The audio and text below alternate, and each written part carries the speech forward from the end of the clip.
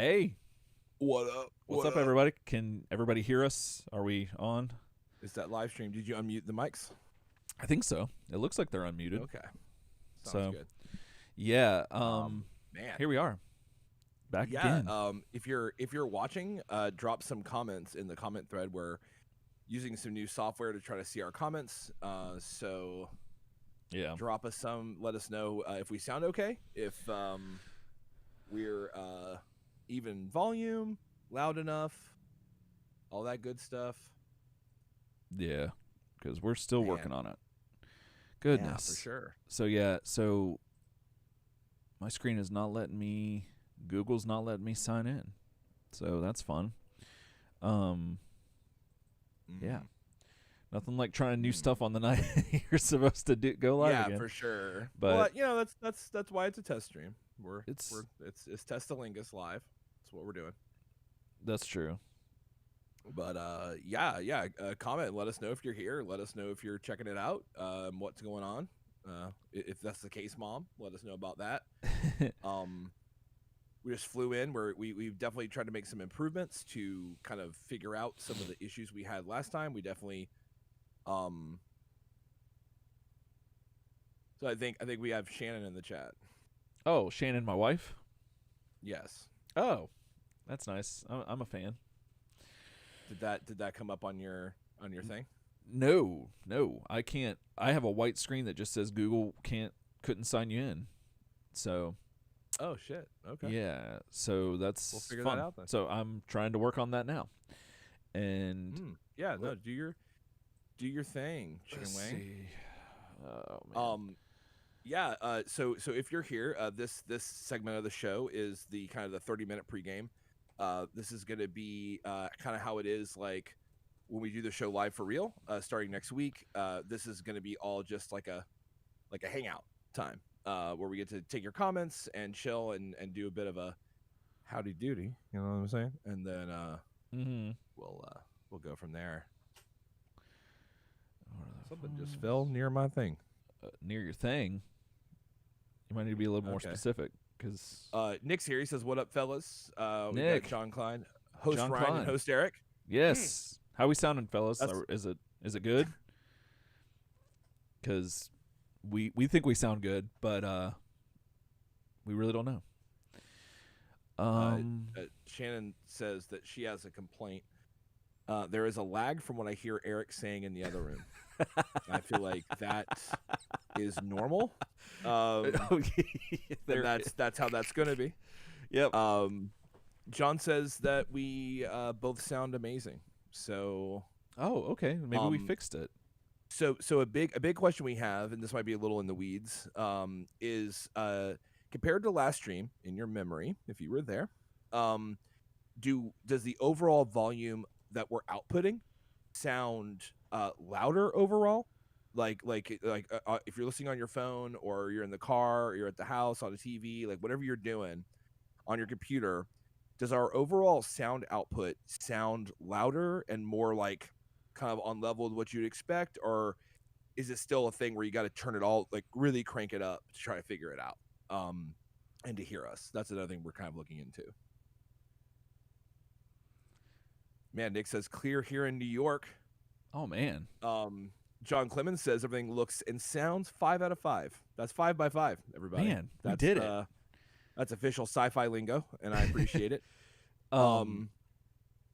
Shannon, your wife, says it sounds delicious. Ooh.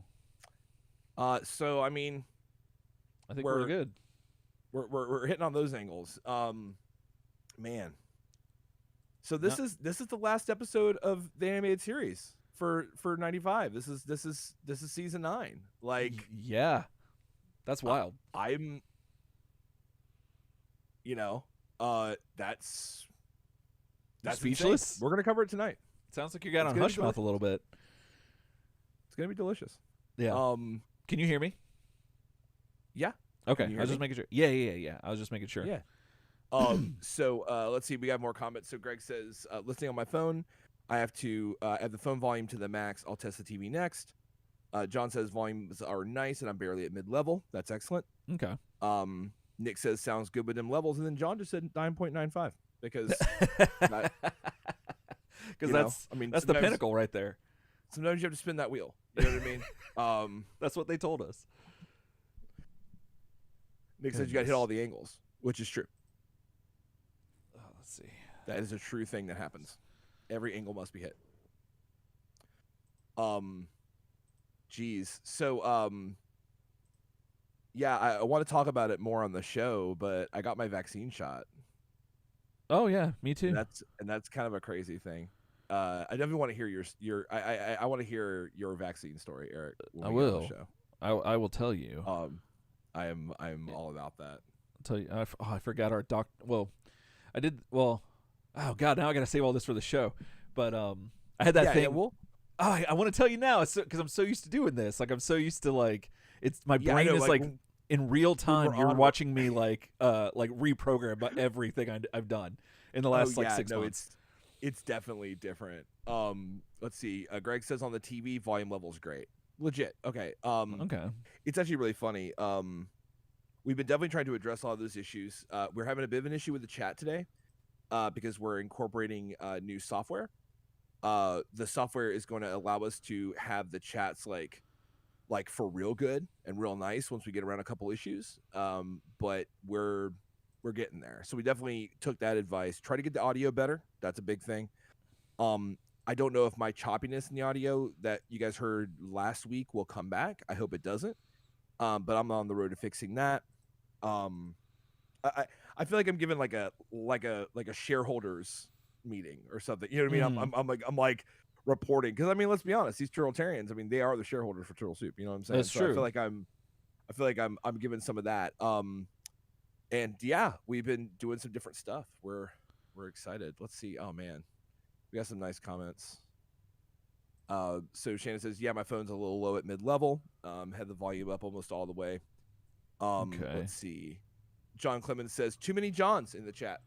Too many Johns. We're gonna have to have a rooftop fight until one of us ends up in a garbage truck. That is what we're looking for. So speaking of that, I don't know if we ever talked about this. I think I posted it somewhere, or I sent it in our personal chat.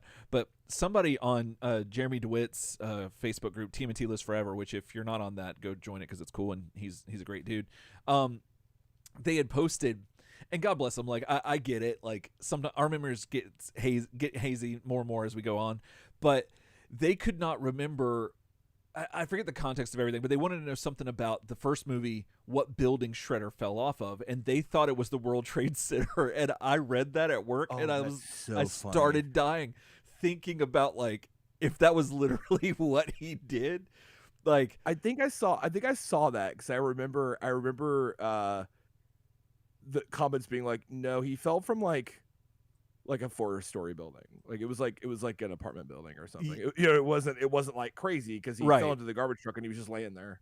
Right. If he fell from the World Trade Center, it'd be a whole nother damn story. That's pretty great. Like, could you imagine Casey like lining that shot up, like having to get that truck on the just right? time, like waiting. Yeah. Because that. Get him. Oh, dude. I mean, let's be honest. Casey's he's capable of that timing. He is. He is. He's a sportsman. He's a sportsman. But yeah, that is so ridiculous. Let's see.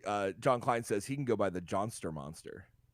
I'm like, oh, okay. Damn, son. Yeah. The Johnster Monster. I like it. And apparently I got 0 chops. I got no chops in the audio. You know what I'm saying? That's good. I'm going to try to take Shannon's comment that just says 0 chops. And I'm gonna assume that's about my audio and not about my guitar playing. Right. But well, she says all your stuff sounds like other songs though. That's one of her biggest complaints. Okay, that's a big one. Yeah, that cuts right to the core of me. So that's great. So I watched this movie today. Called Would You Rather. It's on Netflix. It's a horror movie. Oh, okay. And the entire movie is based off of like Would You Rather, like the game. Yeah, I'm familiar. But it's some like rich dude who like gets people in his house to play a very gory game of Would You Rather. And the winner basically gets all this money to like, and they're all people that are like down and out for different reasons. And if you're into like an okay horror movie and you got time, I would watch it. It's pretty interesting. It's got one of the dudes from Dollhouse is in it. Ricky from Trailer Park Boys is in it. Which is great. Yeah. And it was okay. It was okay. But they really take the Would You Rather to its fullest conclusion. It's like it gets out there. Like, would you rather, like, cut someone's eyeball open or kill this guy? And you're like, well, oh, okay. And then you just have to do it because it's a game. Yeah, it gets like that. It gets their like rules. That. Like I said, it's pretty good. The acting's pretty good, and like I said, for it's like a hard 90-minute movie. If you're interested in that, if you're just wasting time, if you just like watching weird movies, that's cool. But if not, it might be a little waste of your time if you're looking for like an award winner. But I watched that and it was pretty funny. Well, that's cool. We just been watching. We got, huh? Oh, good. I was just gonna say we just been watching Superstore. I don't know if you've seen it. It's just a sitcom on NBC, but it's been killing me. Like Shannon, my wife, she had been watching it up until I think like last season, like she was current and everything. And then I picked up a couple episodes here and there. We got to the last episode and I'm like, you know what? I want to go back through and watch the whole thing because I hadn't seen it. And so we started at the beginning. So I've seen like almost all of the last season except for the last episode. And it's like a story in reverse. Precisely. And so I know how these characters end. So but weird. I don't know the finality. So it's a very interesting, like, I don't know. That is, it's a fun take on viewing things. Almost kind of like how whenever we watched, what was that documentary about? Was it just Chernobyl? Was that what that was called? Yeah. So I think that she watched the first episode and I caught a little bit of it. And then somehow it got mixed up and it played the last episode. So it was just like, woo, like super truncated. And that's why I check. That's why I check, like, whenever I'm watching. I'm seriously, if I'm watching a show on Netflix, I don't let it necessarily auto cue the next episode. I actually like hover my mouse over it, or I pull it up on TV or wherever I'm watching, and make sure like this is the next episode. Yeah, because it's done stuff like that to me before, and it can really screw you up. But yeah, that was interesting.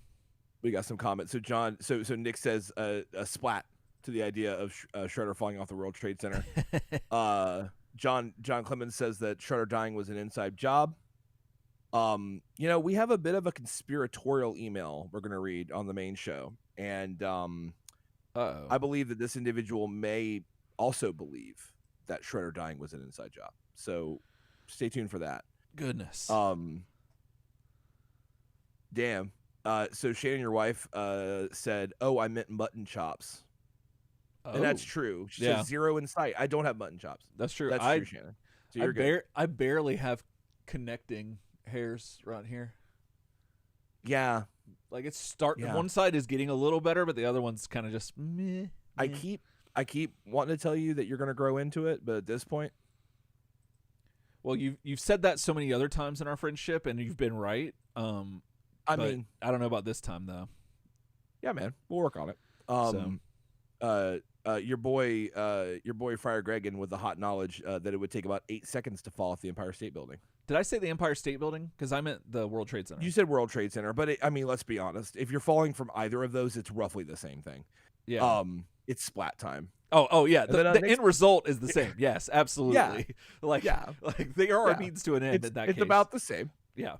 And then Nick said he has to go tuck his little guy into bed in else time. Well, Nick, I hope that once you tuck him in, you come back and see us. Get back for this main show, baby. Come back and tuck us in. Wait a minute. Oh man. I'm about it though. Yeah. Just gonna say that. Man. So I appreciate everybody coming out. This is really cool. Let's see. How are tech check-in, Eric? How are things going on your side, buddy? I'll show you. Not really good. So this is what I'm looking at as far as the chat thing. Oh, it's the chat screen? It's the chat screen, so I could get that. So I'm gonna have to redo this whole scene. Like I'm gonna have to revitalize our whole approach to this, which is not a bad thing, and we'll figure it out. I still can't get into it from OBS. Like Google's still like saying like I can't Oh, go back. Like Google won't let me go back. So I don't know. okay. But We'll resolve it. Well, I remember having some of those issues with Stream Elements the very first time I used it, yeah. where it was a lot of like blah blah blah blah blah, and like a lot of like the weird stuff. They're just trying to keep you safe. So we'll Right. yeah, like with some time that'll come together Yeah. So for sure. still trying to mess around with that, but that's kind of where I'm at now. Yeah, we'll get that going for sure. And then let me test another thing since this is the test. I'm gonna see if Yeah. guys, let me know if this works out for you. Can y'all see that? Yeah, it's coming up on the stream. Okay, cool. It looks a So little pixelated. I'm gonna try. I'm watching the stream on either. I'm gonna try to full screen it. okay, let me. I'll I run can't. It, I'll run it again. So when I full screen it on my monitor, I can see it. Okay. Oh, It is obviously like a different color than the black background, a little cut off. right. Yeah. But honestly, I'll be honest with you. I don't think I've ever watched like Twitch or anything like that. Ooh, that's nice. What? Oh, you sorry, maybe I'm just delayed, but you just. Oh showed yeah, me. yeah. That's super bizarre because I've done so many things, and then you're like, you give me Yeah. like, ooh, and I'm like, Now what we're did I we're do? just showing black. Okay, so. yeah, we come back because I was gonna show it one Okay. more. I was gonna hit it one more Gotcha. time. So, let me try this thing. Well, Let's see no. here. Oh Here we man, Paul Calicote's here. I got to Oh. shout that out because we were chatting on Facebook. He says, "OMG, blessed is he who has restored the gospel of audio soup." So Oh, nice. Paul says it sounds good. So we're I feel like we made some changes last minute actually that Mhm. actually fixed this issue, which I'm very happy about. Yeah, because I believe you brought up his comments about being in the car, right? I did. And I actually so I we're I responded to him on Facebook, and then I came to you and I was like, "Bruh, we can't like let it Bruh. happen. Paul We gotta fix it. Paul called me out, dude. Like, fix it." We had a fight about it. I cried a lot. I Mhm. was able to dry it up. They tell you not to eat silica gel packets, but one thing you can definitely do with them, and I wouldn't do this, is you can cut them open and sprinkle them in your eyes. And if you're worried about looking like Puffy, like you just cried, that'll fix that. What about if you look like Puff Daddy? Then that's the opposite of what you want to do. Is it? You need to actually wear those around your neck, like someone like Garlic against a vampire. Oh, okay. That's actually how he started being Sean Puffy Combs and not just Puff Daddy. Mhm. If you were curious, Oh, okay. I was curious. What? when he went to Sean Combs, they fixed it Mm. with the necklace of silica gel packets. Who knew? Who knew that silica gel packets could do so many Well, things? Well, I knew. You did. I You mean, did know. yeah. All Yeah, right. I knew. I mean, chat. Tell us if you knew, but I mean, I knew, and Don't tell him. Eric didn't know. So All right. that's a thing. I can see That that is a thing. Andy Warhol can. Awesome. Thank you, John. Yeah. All right. So. Oh man, yeah. Paul says it sounds really good. Oh man. I guess it was just so I don't know if I told you while we were talking, I did go into my settings and I turned up the what did I turn up?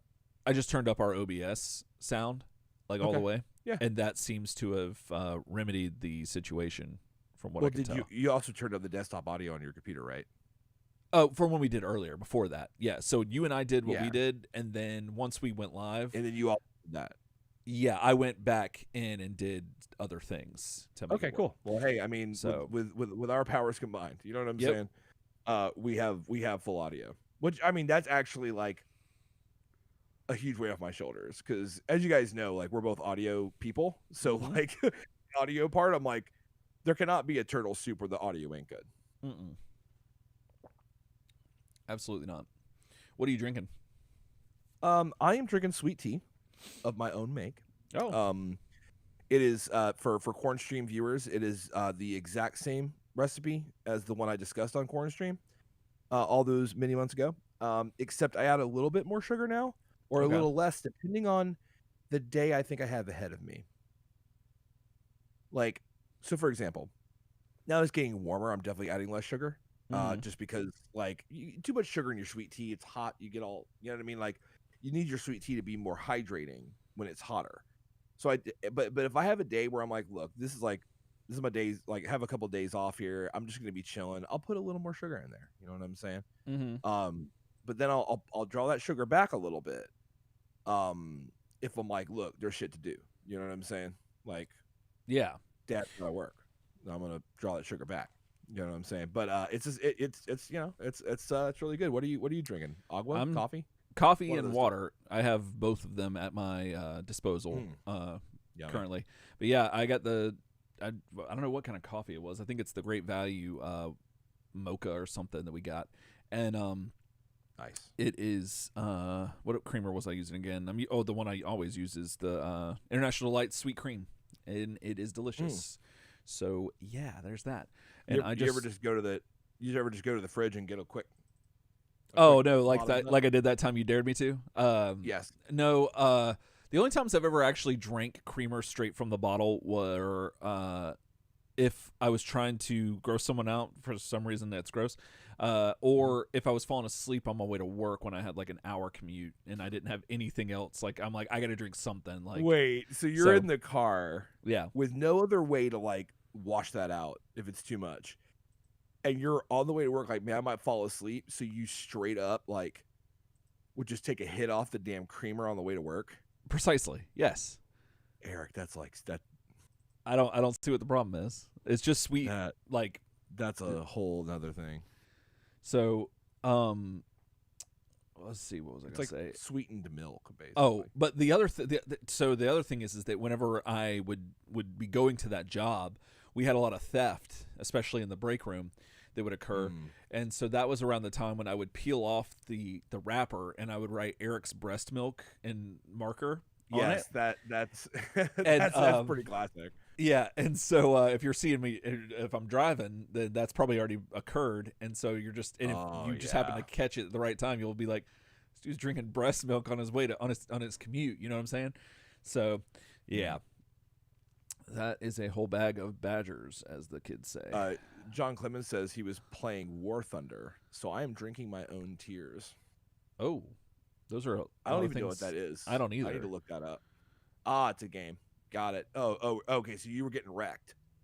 You're getting wrecked. Oh, it makes sense now. Okay. Or John, were you like weeping for the victims of your wrath?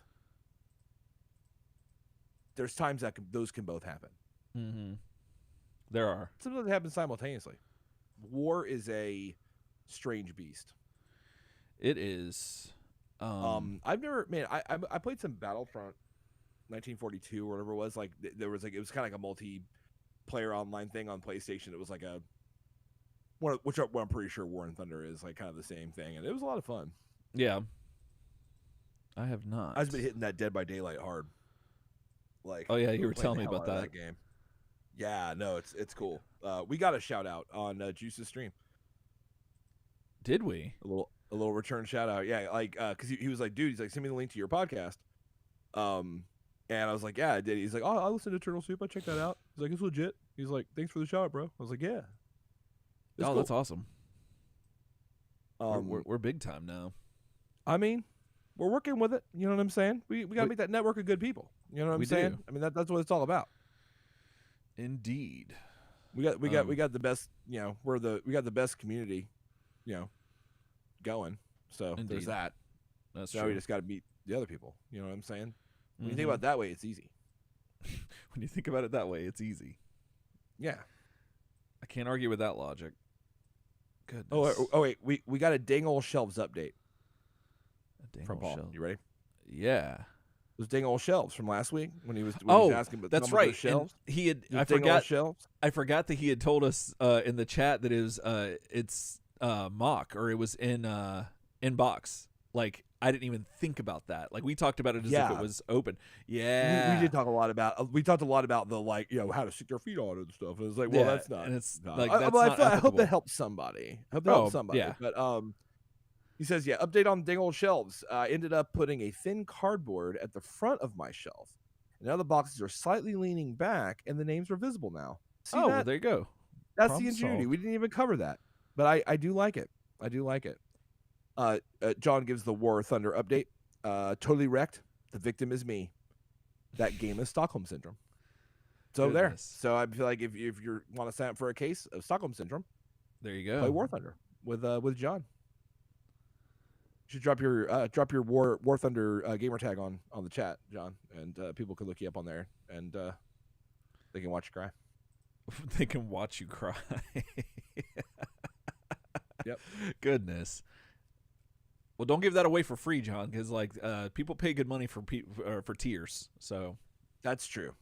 That's yeah. yeah. But you can start like a weird like John like you can start like a weird like OnlyFans where you just play like War Thunder and cry, and people are Yeah. like, "Fucking money, give me that gold." Mm-hmm. You're like sitting there like, "Oh, if I get just 200 more gold, I'll play another round." All of a sudden, just a donation. You're like, "Here we go!" Like you're like going into that. Pretty great. Well, speaking of That'd be pretty great, fantastic. I think we're about out of time for this. You think pregame shows? It's about over. Yeah. Yeah. Cool. So we're gonna go into 5-minute breaky breaks where we get to pee one last time before the main show and get to do things. You guys get to once again like get in that chat, like talk to each other, fucking hang out, Make friends. We will make friends. I mean, a lot of these guys are already like we got history. Yeah. But just be that way, and we'll be back in 5 minutes, and we will start the main show. All right. Bye for now.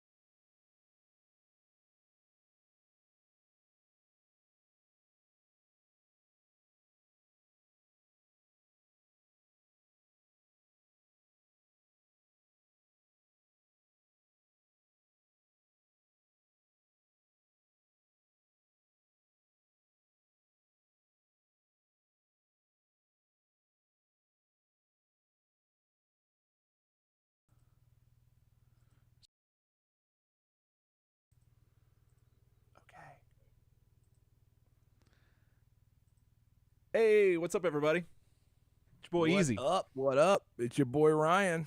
You're listening to Turtle You Soup. are Do I have the intro? No, you have the intro. No, I have it. I have it. You caught me. Take I gotta it. admit, you caught me with my technological pants down. You know Yeah, what I'm saying? I totally did.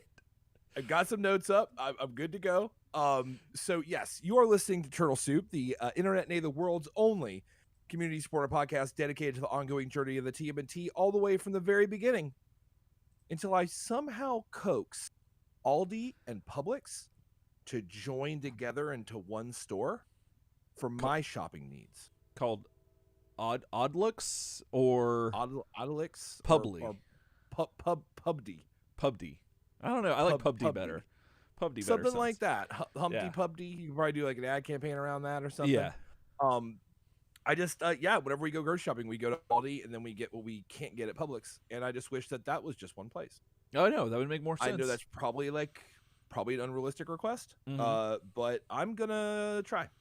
Hey, it's Because- it's nice to have goals in life, and it's nice to want things, and that's something you For can sure. And here's the deal, straight up. My mom told me I can do whatever I want.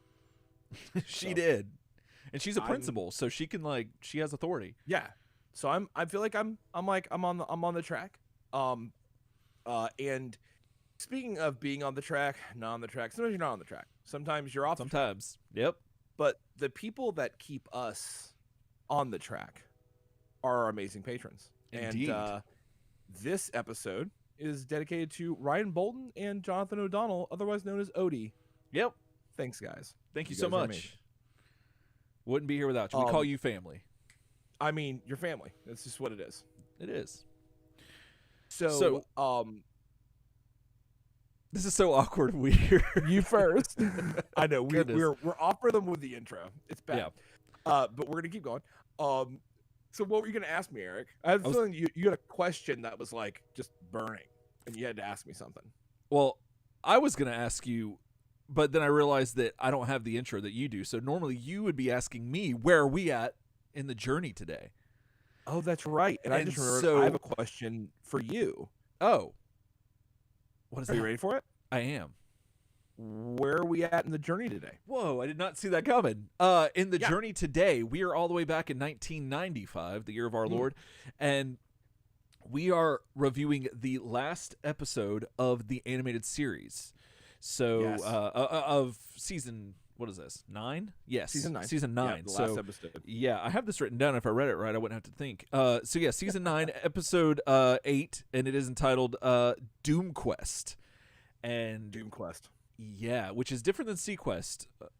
Good or bad, your mileage will vary. And I'm definitely. And I'm just gonna let it fly right here. That in this episode, the turtles are asked to sacrifice more than they ever thought they would. They are to indeed. defeat Dreg. So get ready. You know what I'm saying? Yeah. Anyway, man. So that's where we are in the journey. Where are we today, brother? How are you doing? I'm good. I got my vaccine. So the first one. Woo. And yeah, so that was When was that? that was 30 minutes ago. No, it was when was it? You start like sprouting extra like features Right. in there. Yeah. Like all of a sudden like a twin comes out of my neck. Yeah, Um, exactly. Or like I just start seeing window with no, I had this thought that like if the whole Bill Gates thing is true, like it turns out Oh, that like yeah. this is a conspiracy, that that you tell you got it if you look like you just won Free Cell, like where all the cards come down, like you start to see yeah. like multiples of yourself like stuttering, or like when the That's windows how would you'll mess know up. it's real.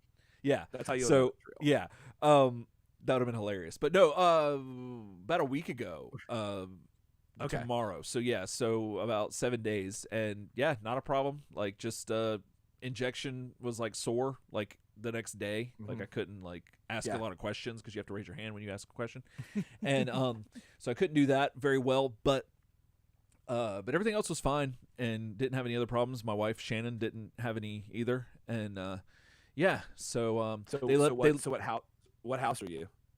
what house am I? I think I'm Slytherin, if I'm not mistaken. No. Oh, no. what? What'd you get? Are you House Pfizer? Oh, House Moderna? goodness. I'm Pfizer. I'm sorry. I apologize. I Okay. am, like all over the place. That's how we refer to what vaccine you got now. Oh, that makes a lot more sense now. But yes, I'm House Pfizer, and I don't know.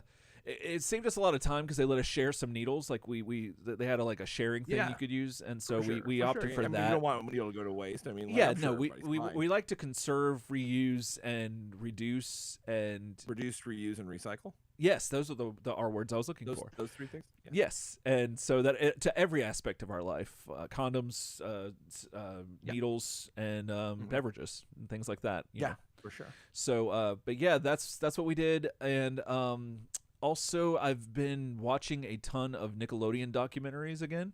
Well, I say again, meaning that like I'm on my Nickelodeon BS again. Again changes everything. It does. It does. So, yes. So you know, you got again changes everything. So, but I found a guy. I can't think of the name of his channel, but like I was trying to make a joke. I think in the notes to this show, to this episode. About something that happens to the city. I was trying to make a you can't do that on television joke about slime, and I was like, I wanted to get my facts straight because I didn't want people to be writing us in about being loud and wrong, and so I looked up you can't do that on television, and I found that there was a documentary, and then this isn't the one I found, but I found this guy's channel, and he goes through Dennis the Menace and like all these Nickelodeon shows. So that's my current indulgence. So that's been me. How are you doing? Nice. I'm also. House Pfizer got that vaccine yesterday.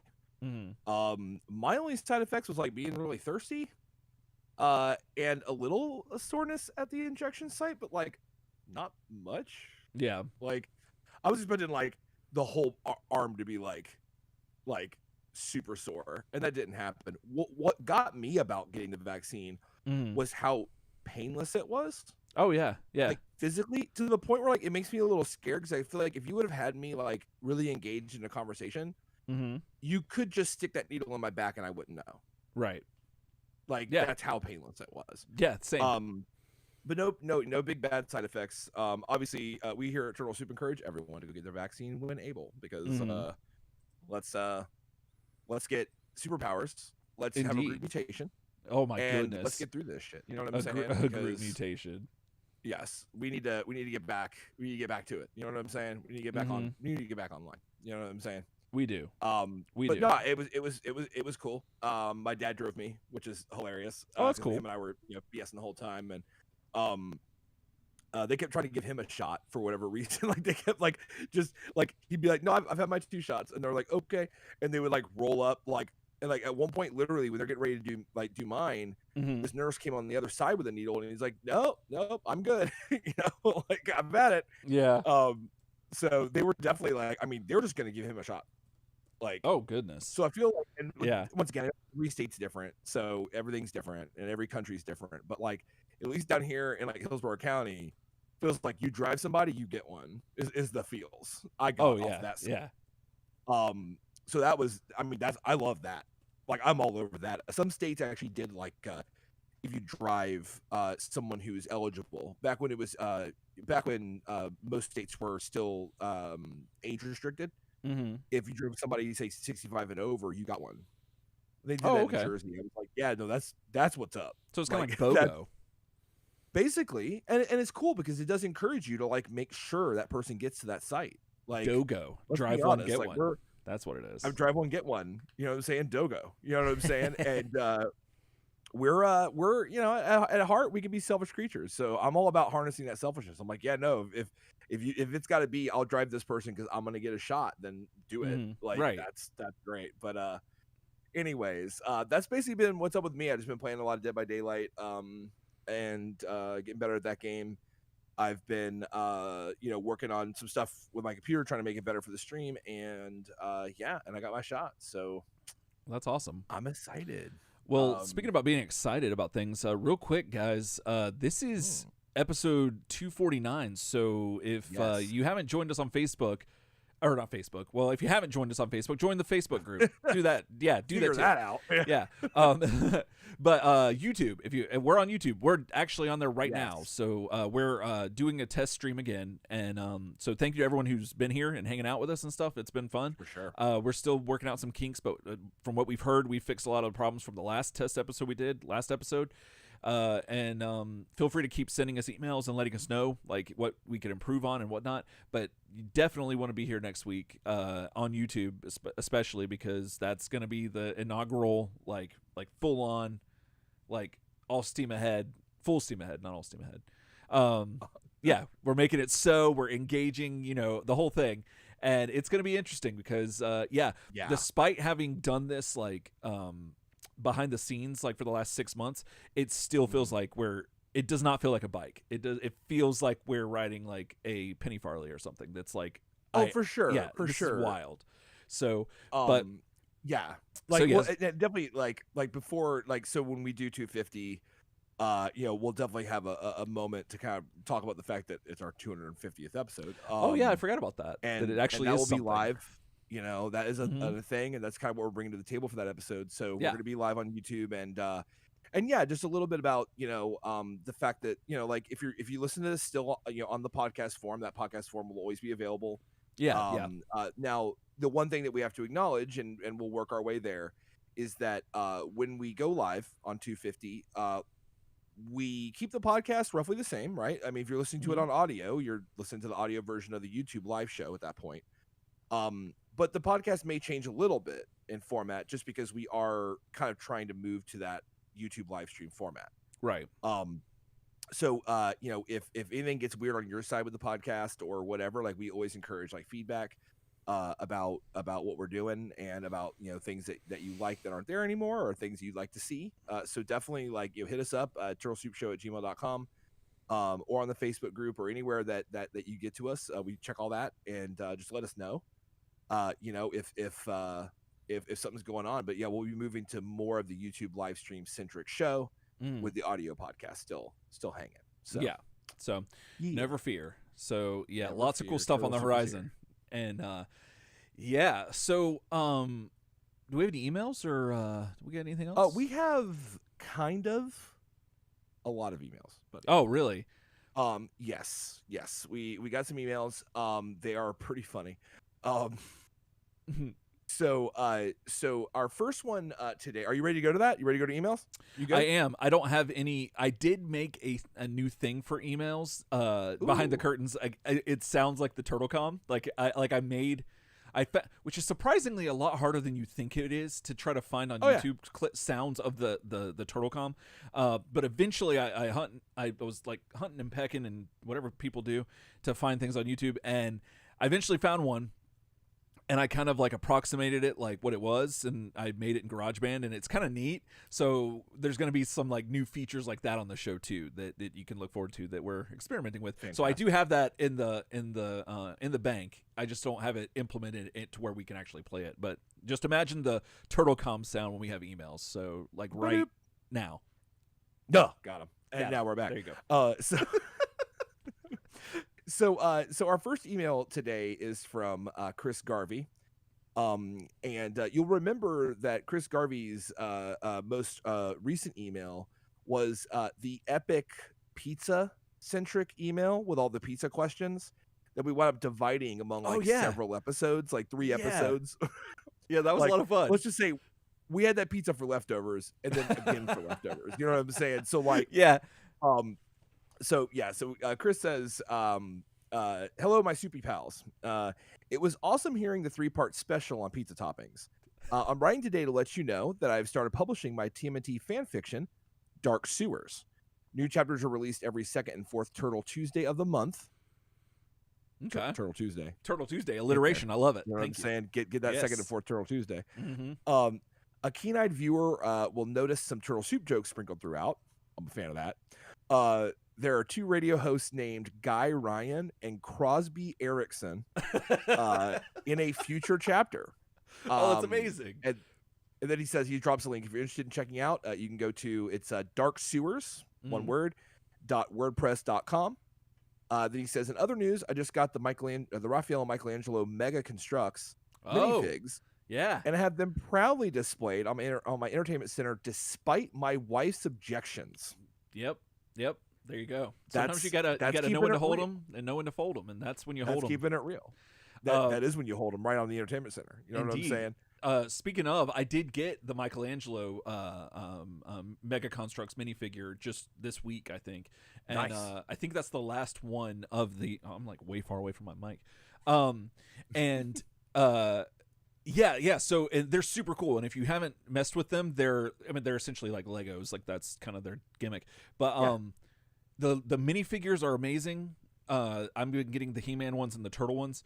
And then the actual sets, if you can find the turtle sets, they are like top-notch quality, and I'm like a huge fan. In fact, I did my toy channel Easy Opens on YouTube has a ton of reviews on them, so if you're on the fence, you can check them out.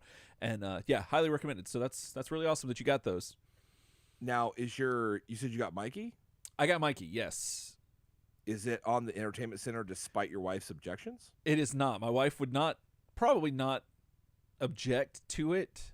I don't know. We're currently we are in transit. We are still like I just have boxes and boxes of all my toys, like, and everything else, like just in moving boxes. Basically living like a kind of a broke version of like Murphy Brown, but always. Yes, indeed. Just your house is always like half torn apart, like all the time. Oh yeah, and I get that people stop me a lot thinking that I am Candace Bergen, in stores. Well, really, just like part of it's the hair. Yeah. Like on a humid day, I could see your hair. Yeah, getting close to Candace Bergen. Right, and she was a news reporter, wasn't she? Like, was she television, or was she a writer? Yeah, in the writer. Yeah. Or in the show. Yes. No, she was on television because her show was FYI. Yeah. Remember that was like the name of the show. She was on I think television, that was the first time I realized what that acronym was. Oh yeah.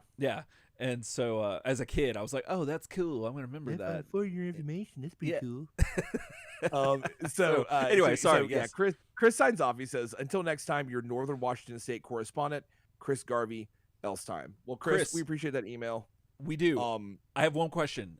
Do they have their red bandanas, or are they the colored bandanas? Because the Mega Constructs, the newest versions of those turtles, have that option. So let us know. Okay. Well, yeah, get on that. So this is in a series of weird emails we've been getting. The same one that kind of told the future about our future son named Nickelodeon. It's from the same email address. I forgot about that. All right. Kind of conspiracy driven. So, these opinions are not necessarily the opinions of Turtle Soup. I can guarantee you and tell you that they are not. And this is from an undecipherable gorilla mail email address.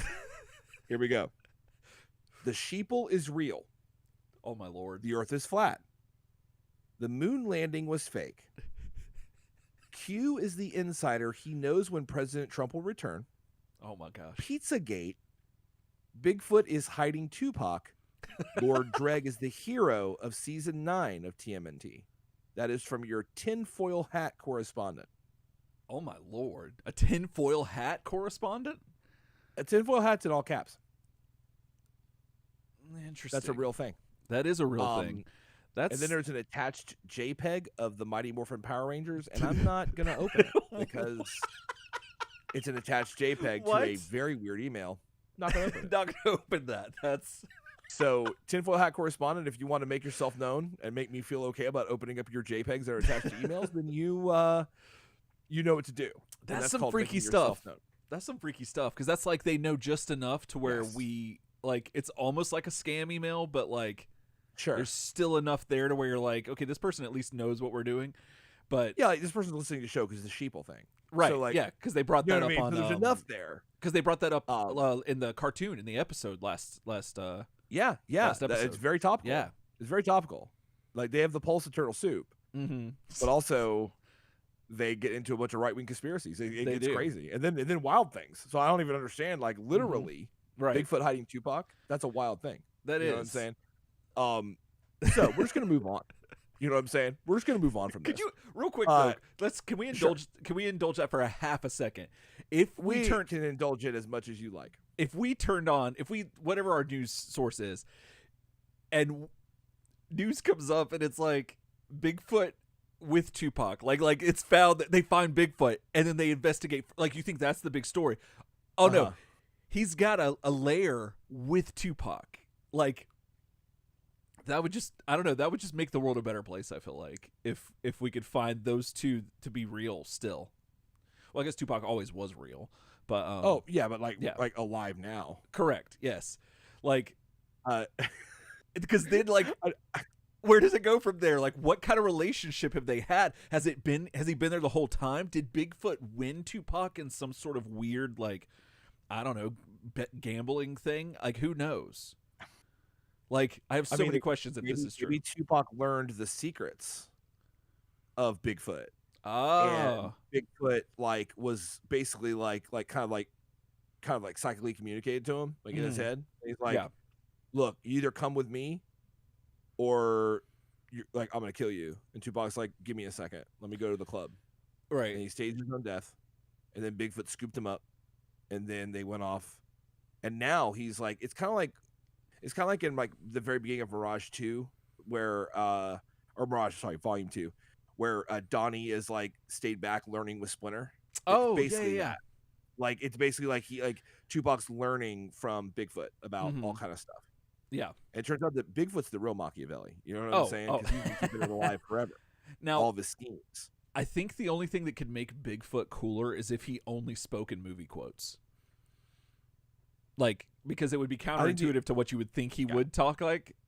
But I like that. I feel like on top of that, I'd say the only thing that could make Bigfoot cooler than that is if he was Bigfoot from Harry and the Hendersons.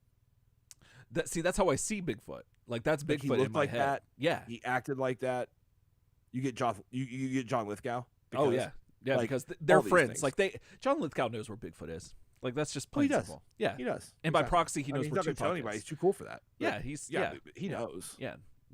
So we're doing the live stream test, like I said, and I'm keeping an eye on comments. I don't really read much because we're trying to do the show, but I got to throw in one from John Clemens, who just simply says, "That's the second creepiest thing I've ever heard on a show like this."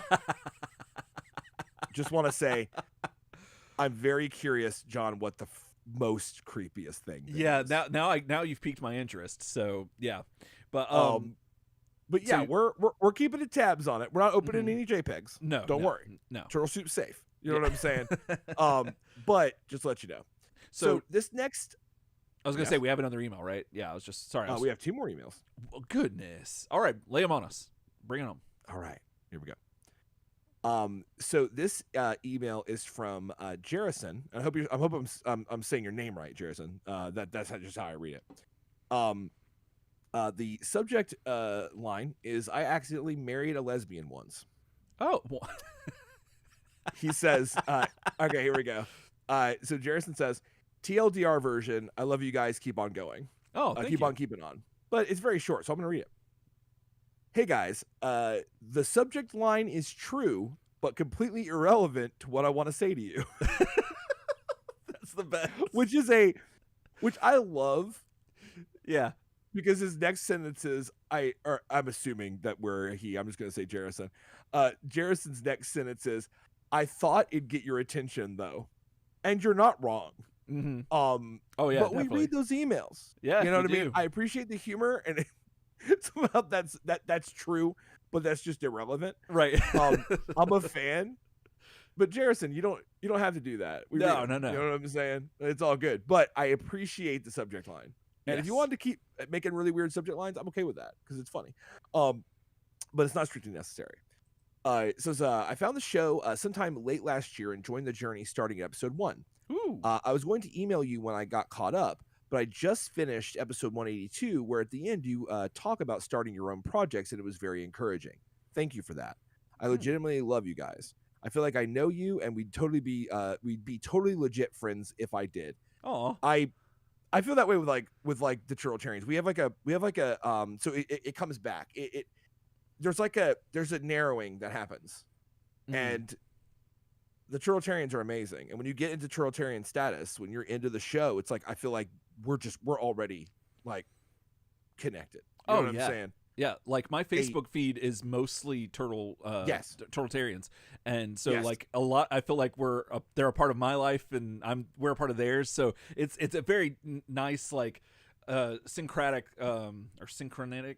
I can't talk anymore, but like the serendipity of everything coming together is Yes. beautiful, and we love it. So we often feel the same way whenever we for sure meet new people through the show. So, but So, starting our own projects though, like interesting. Yeah.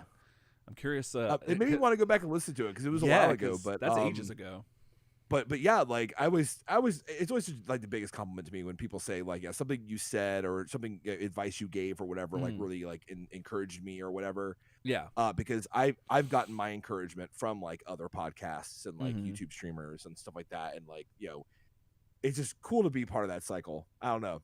So it means a lot to me when I hear that. So Jerison says, what you're doing is something I've wanted to do for a few years before I found your show. I hadn't gotten to it because life's gotten in the way. I work 2 jobs to support my wife and son. I think I may still go on the journey myself to learn about producing content and use the knowledge on other projects. Thanks for all you do, Jerison. Well, thank you. And I hope that you do the thing you do. You know, and that you get that going. I think it's funny. So Eric and I started this show when I already had I had 1 child and 1 on the way. And we were, you know, kind of like out of college where we met. And we both had like, you know, jobs and work, and we had, you know, family stuff, and we had all this stuff like that. And you know, we made that commitment to make it happen. And I feel like I gotta rephrase that, because it's not about you make that commitment. You know, it's not about like, well, just commit harder. But I think you'll be surprised how sometimes, because I've had this happen, where sometimes you take a step back, and you know you could take a step forward and get it started, but you're worried about compromising what you want to do, or you're worried about like I want to do this, but like with the time or the knowledge I have available, it's not going to be what I want, and it'll just frustrate me, right? Right. But one thing that Eric and I have definitely kind of settled on, which is I think encouraging for starting your own thing, even though you're really busy and everything's going on, is a lot of times those restrictions you have are actually like your best friend. Like it's something we say all the time, especially when we're doing music. Absolutely. That those creative constraints, time, you know, technical ability or technical gear, you know, like, you know, whatever, can make you be creative in ways that are really interesting and really channel your creativity. 100%. So yeah, Jerison, like I said, I hope I'm saying your name right. So definitely, if I'm not, like, for sure, let me know, because I can't have that happen. Like, I get hives when I think about mispronouncing people's names. But is there anything you want to add to that, Eric? I think it's really cool that Jerison's got, you know, something that they want to do. And I think sometimes it's just that taking those little steps. You can do a lot of what you want to do in like very small, like bite-sized chunks to get where you want. Sometimes it feels like it has to be all or nothing. Like I've got to put both feet in. Right. A lot of times you can kind of approach it like a little slower. Oh, absolutely. Yeah, I agree with what you said 100%.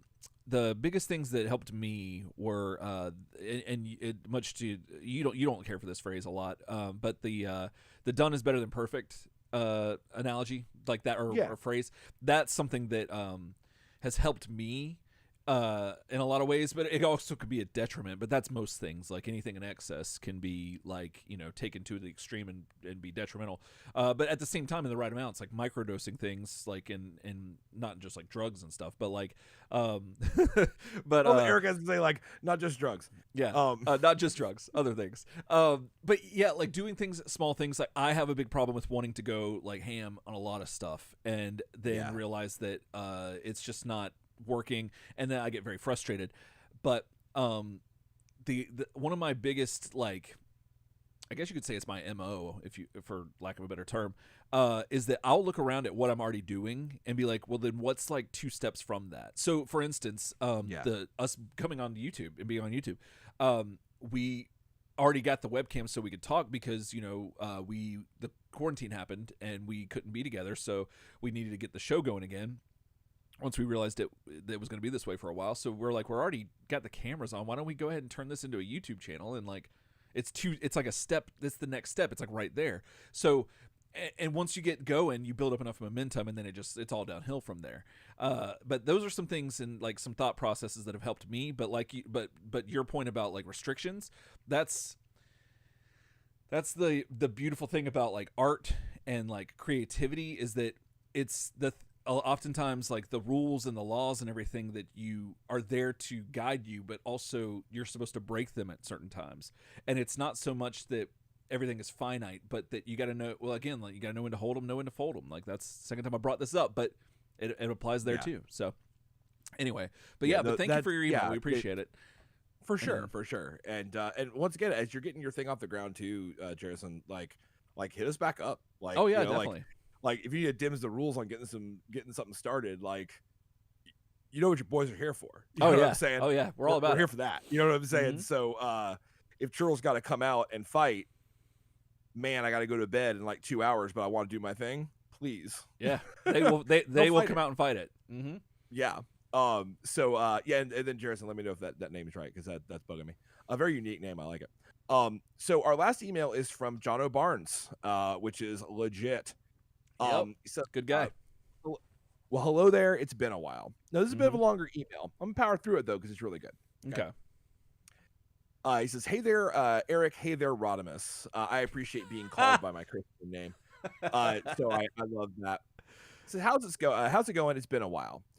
Sorry that I've been slacking in my role of Brooklyn correspondent, but I have been in the UK during the lockdown. As you may have heard, it's been a shit show, and man, we have to really figure out, like, if we're streaming on YouTube, like what our language policy is, because there's curse words, but I think they're really funny. Well, I'd avoid most of them, but yeah, all right, yeah, just in case. Yeah. It says, so my 2020 went a little like this.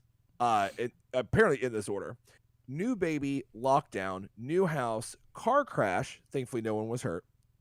So I hope you will not be as strict as the TMNT and instead cut me some slack. Well, the TMNT cut plenty of slack. They do. We're here for it. You know, despite what I'm the saying? song, they totally do. Yeah, 2020. I mean, if there's slack to be given, it's got to be about 2020. So 100%. It's all there. Mm-hmm. So let's see here. So let's see. So this may have some questions that we may have to kind of like double back on later. Okay. It says, thank you. First of all, thank you so much for the shout out as a patron on your show. And also on that episode, Rodimus, I'm sorry to laugh at your pain and anguish, but when you told the story about dropping the perfectly cooked chicken all over the kitchen floor, I just about lost my shit. Your reaction of going into the garden and staring in the middle into the middle distance is exactly how I would have dealt with it, which is why I found it so funny. Yeah, that was traumatic. And I'm glad you felt me there, because I did just stare off into the woods for like 2 or 3 good minutes. I was disassociated. Yeah. All right, so here, question 1. I was listening to a podcast about why we collect, and it got me thinking as to why I collect. Mm-hmm. My dad died when I was 9, so it would be an easy thing for me to say, oh yeah, I collect toys because of nostalgia. They take me back to a time when my dad was alive, etc. But that isn't really true. I know that a lot of people collect things because of nostalgia, but I don't. And if I'm honest, I think that the reason is used way too often as a get out clause for collectors, because they don't want to openly admit that they think toys are cool. I'm currently collecting the Mondo Motu stuff, and that is because they look so amazing. They actually got me back into watching He-Man. Same with Transformers Masterpiece, though I've fallen off of those for now. Yeah, I'm kind of getting on that train. Oh, you're getting on that Transformers train? Sorry to interrupt, but I have Soundwave. And as most Turtletarians might know, there was like at least like 4 or 5 episodes of me trying to hunt down Masterpiece Soundwave. Yeah. But with the Netflix Transformers show, that got me back into the toys a little bit. And I saw that actually Big Bad Toy Store just put Megatron from Beast Wars, the big purple dinosaur, in my pile of loot. But I've been tempted to get him and Optimus Primal, the masterpiece of them, because Beast Wars was amazing. So yeah, yeah, so that's a slippery slope and very expensive. But yeah, the Mondo Turtles are definitely really cool. Not the biggest fan of the He-Man looks, but they do look cool. They look fantastic, but it's just not my style. But I totally get that other people are into it because that's cool. And if I had all the money in the world, I'd probably buy them anyway too. So yeah, there you go. Anyway, I'm sorry. Continue. So he says, it's a weird one because I do collect the properties I loved as a kid. So there's got to be an element of nostalgia there, but I don't quite equate the toy to my childhood. I think it's just that I've always been into toys and books and all of that. I don't know. That's why I thought it'd be good to ask you guys. So I guess the big first question would be like, is the nostalgia factor like I guess, is it a catch-all or a get out clause for collectors, like to say like, well, I mean, it's just the nostalgia of it all. Like these are the properties that I had when I was a child, and and I collect them because of that, versus like just openly admitting like, no, I just currently dig toys. Well, I do feel what he's saying there. The idea that like, I think some people that are maybe a little less maybe like intellectually honest about why they're doing it might cover for like just being like, yeah, I actually like hold these things and play with them. Like I actually like, I'm into toys. Right. Versus being like, oh, well, it's just nostalgia. And I think another one you hear a lot of times is like, the speculation. I think it's another Get Out. Oh, definitely. By Get Out, what do you mean? Like, by Get Out, what are you meaning by that? Like, I'm referring to his use when he says a Get Out clause. The idea that like it's a get out of jail free, like, because you could just admit I like toys, I like them, right? But I think the hypothetical that he's or the hypothesis that he's kind of putting forward here is that actually is the nostalgia excuse, and I kind of added the speculation reason. This is literally Bitcoin to me, basically. Like I buy these, they go up in value, I ship them. Like this is I'm basically I'm like a stamp collector or a collector of other rare things, basically. Are those like, do you feel that a lot of collectors hide behind those things instead of like just admitting that they're just into toys? I don't know. I don't see a lot of the animosity that we used to see, especially since nerd culture has kind of like taken over. I don't have. I've never really had that either, where I had to feel like I had to defend it necessarily, unless somebody was like actively challenging it, like if they're like making fun or like trying to one up me or whatever the case may be. I brought up that, oh well, I sold a bunch of like Toy Biz Marvel Legends and paid my house or paid my rent while I was unemployed or whatever, my mortgage and stuff like that. But I never was like, I'm having to tell myself that to justify me doing it, that like I actually liked it. So I never had that experience necessarily, but I feel like the nostalgia part of it, I feel like when I hear nostalgia, I think it's a very like a pithy kind of thing. Like it comes and goes. Like it's very like it's tenuous, like not really, it's scattershot and kind of unformed. You have an attachment to it and you want it, you get that taste and you're like, all right, that's cool, and I'm done. I had the nostalgia for it. So I don't think it's really that either. I think I think it's a little bit more primal in my regard, that I love the hunt. Like I love hunting for things and finding things, and especially if someone's like, I can't find this, and I'm like, oh, I want to go find it. The scarcity of a lot of toys in the wild, like at big box stores and stuff, like with G.I. Joe Cobra Island stuff and the NECA Turtles figures, that stuff, like there's something fun about the hunt for me, and it appeals to that side of it for me, and that kind of is something there. But then as a kid, I always thought that like Friar Greg, friend of the show, Farmer Greg now, excuse me, growing up, he always had toys that I didn't. He'd have the New Adventures of He-Man figures that I didn't have. I had some of them, but he had the other ones. He had a ton of G.I. Joes and like all kinds of other stuff, and mostly because he had a brother that was older than him. So like their forces combined, you get multiple toys in the realm of boys' toys.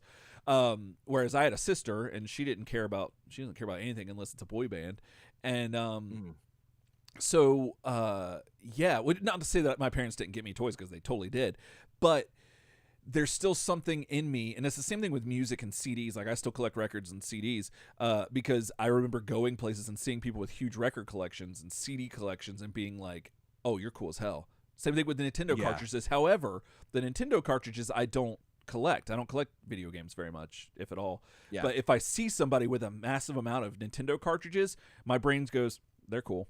Yep. Like, and unironically, like that, like dead ass, like, no, they're cool. That's a cool guy or cool gal So or person. he whatever. follows up. He follows up here. It sounds almost like he's like responding to you, which is interesting.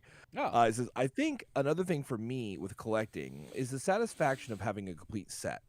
Okay. I'm a completionist, and there's something really satisfactory about having a full run of something. Mhm. Although he says, though ironically, I haven't gotten a complete set of anything I collect. Oh yeah, that during is. this Yeah, which is, but let's be honest, completionist tough. is about the chase. It It's about the is. chase, dude. It is. It's like 99% of it's chase. During this lockdown, I found it really therapeutic to go on YouTube and look at other people's collections and how they display them. Mhm. Yeah, I think there's a lot of things I think that go into it. And I think that everybody's like weird Venn diagram of like all the bubbles and how they come together to make you the toy collector you are. Mhm. I think really everybody's fingerprint's different there a little bit. I can see the idea of it being cover. I can see the idea of people being like, "Oh yeah, well, these are worth a bunch of money and like whatever," as justification. That probably means they're just not secure with themselves. Like they're, what I mean, they're not Or they're comfortable jerks. Like, or if with they're themselves. yeah, or if they're spectators and they're doing that and they're just like flipping it and stuff, then Yeah. they're just jerks. So yeah, but no, continue. Yeah. But yeah, I think the completionist thing is a big part of it too. I think people like to get in and try to collect something. It's a fun hobby, and I think that, it's interesting. I like the idea, like John, of like sitting down and because this is what I do with things, sitting down and trying to like pick himself apart and be kind of like, why do I collect these things? Mhm. Like, you know what I mean? Because Oh, yeah. kind of starts off the statement of like, well, I think nostalgia is too easy of an answer. Yeah. Because when I look into myself, like, yeah, there's the stuff with my dad. Yeah, there's, that I love these properties when I was a kid. Yeah, nostalgia, this and that. But like, I don't feel that nostalgia chord vibrating in me like it should be if that was my full reason. So like, why do I? Which I feel like is every once in a while in your life in general, it's just really good to like have a short period of time where you just question all the assumptions you've made about yourself, Mm-hmm. like, and just like knock on those and make sure that they're still there. Like, and Oh, make sure that they absolutely. haven't changed. Oh, absolutely. Because we topographically change so much Mhm. of our identity, day to day. It feels Yeah. like, and over time you may be like, why am I doing this? You know what I Mhm. mean? Well, But we're actually gonna. I just wanted to add one more thing to that. Yep. The other thing I've had to, like, because to your point, you were talking about like asking yourself why you do all this stuff, and I've had those moments, especially within the last year. And one thing that I've had to come to the conclusion of is that action figures and stuff like that, they're not toys anymore. They're not the stuff, Yeah. especially whenever you say you're an action figure collector, generally speaking, you're talking about more high end stuff like $20 and up, stuff that kids aren't necessarily buying. So those aren't toys. I mean, they technically will fall into a general category of it, but you have someone who designed them, like drew them, like planned it out, sculpted them, painted them, manufactured, like, so much of that process to make that figure is art, like, and not just something that is throwaway art, like disposable. It has value beyond the collector. It has value because there's detail and there's time and effort, and there's a like love into it, like heart in it. And that's one thing that kind of helped me anytime that I felt any negativity, like the slightest amount of self-doubt about what I do and who I am and whatever. I found solace in that, knowing that this is art. What's the difference between taping a banana on a wall and somebody making a designing a figure based on some property, and then someone else coming in and being like, oh, well, if you put this slit here and this cut here, it can move and do all this cool stuff. And then this person's like, well, I'm going to apply this paint thing And then so that's art. That's all it is. And then when you look at Oh, for what sure. then and we compare ourselves, and that's something we should never do.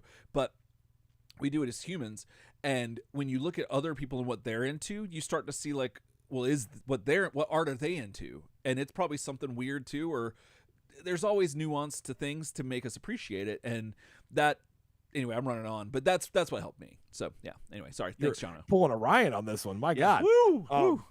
It's all just flowing out of him. This is Yeah. basically like toy therapy for your boy Eric, Jono. So you definitely triggered that you unzipped him a little bit, which is great because when Eric gets to talk at length, I'm a fan. You know what I'm saying? Like I drink it all in. So we're gonna go ahead and pause Jono's email right there because we're running a little bit long on the email segment. But he does have a second question, which follows up on this, which is really good. So we will definitely hit that up on the next episode. Okay. So stay tuned. We got some leftovers. You know what I'm saying? But thanks, Jono, a lot for the email. Like I said, we'll follow up on that next episode on a 250. Yeah. So with the emails out of the way and not much news. Yep. Are you ready for this episode review? I was born ready. Because I'm kind of born ready for it. You know what I'm saying? Maybe it's Maybelline. I'm not going to say it's not. You know what I'm saying? Yeah. But we are here. We are at the end of the 9th season of the TMNT animated series from 1987. This is episode 8 entitled Doom Quest. It was written by David Wise and directed by Tony Love. Yeah. Season 9. Like, man, I remember. Right. Isn't that crazy? That's wild. It's wild. So I remember. Actually, no, I don't want to even talk about this. I want to talk about. So I was looking for that. I was talking about earlier the TurtleCom sound. So I had to go back in through some old episodes because I figured at the earlier episodes they would definitely have like some TurtleCom music. Yeah, it was more like a featured sound effect for sure. And it's so bizarre going back to season 1 after being in after trudging through all this and then being currently in season 9. It is night and day. But, like, at the same time, the little clips that I got was super refreshing, dude. Like, in a very weird, like, Stockholm Syndrome kind of way, where I'm like, well, I have to rephrase. Season 1 is pretty spectacular. Like, it's pretty good. Like, I mean, it's a 3-hour death fall. Death fall to I'm about to say to Japan, but to the dead. No. Yes, that was from my deathbed in Japan. Goodness, getting all my episodes mixed up. But but it was so weird, and it made me simultaneously appreciate both sides of the ends of the spectrum in a weird way, like for their flaws and for their achievements and everything. So it was a very weird juxtaposition of feelings that I was feeling when I was going back and seeing that.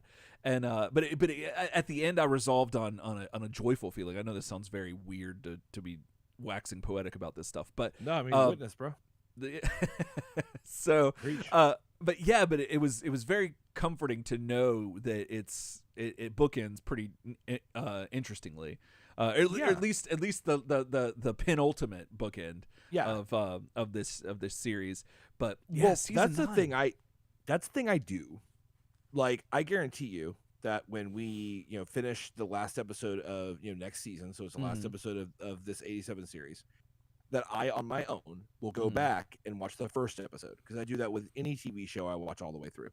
Yeah, first that's episode, right. Sometimes almost immediately after the finale, because I need time to like process like what has happened and the fact that it's over. So I get a little bit Abed on that one. So I need a minute. Watching a great one is Battlestar Galactica. You don't have to watch the whole 3-hour movie, like not even 3 hour, but like the 2-hour mini, like the pilot. Just watch enough, like watch everything happen on Caprica and stuff like that. Like, get into that. And I did that immediately, so I know I'll go back and watch the first episode when we're done with this for sure, to get basically what you're talking about, to get that full wrap feeling. Yeah, it's whiplash. Like, you're like, what the heck is this? And it's a journey. It's a journey. So like I said, this is Doom Quest, written by David Wise, directed by Tony Love, and here we go. So we opened the season 9 finale in them streets, with the Turtles and Carter hiding in an alley, watching what is effectively like an open air drag rally, complete with Dreg addressing the people of the city via like a huge screen, and the Techno Gang like with weapons like roaming through the crowd, kind of like patrolling them, but also like looking out for any like TMNT style like interruptions that may occur. You know what I mean? So they're and our guys are watching. You know what I'm saying? Like they're like, man, this is a load of crap. But like, what are they gonna do? Well, Leo and Raph grow angry at the situation, and guess what happens, Eric? Group mutation. Yeah, no, it's a group mutation.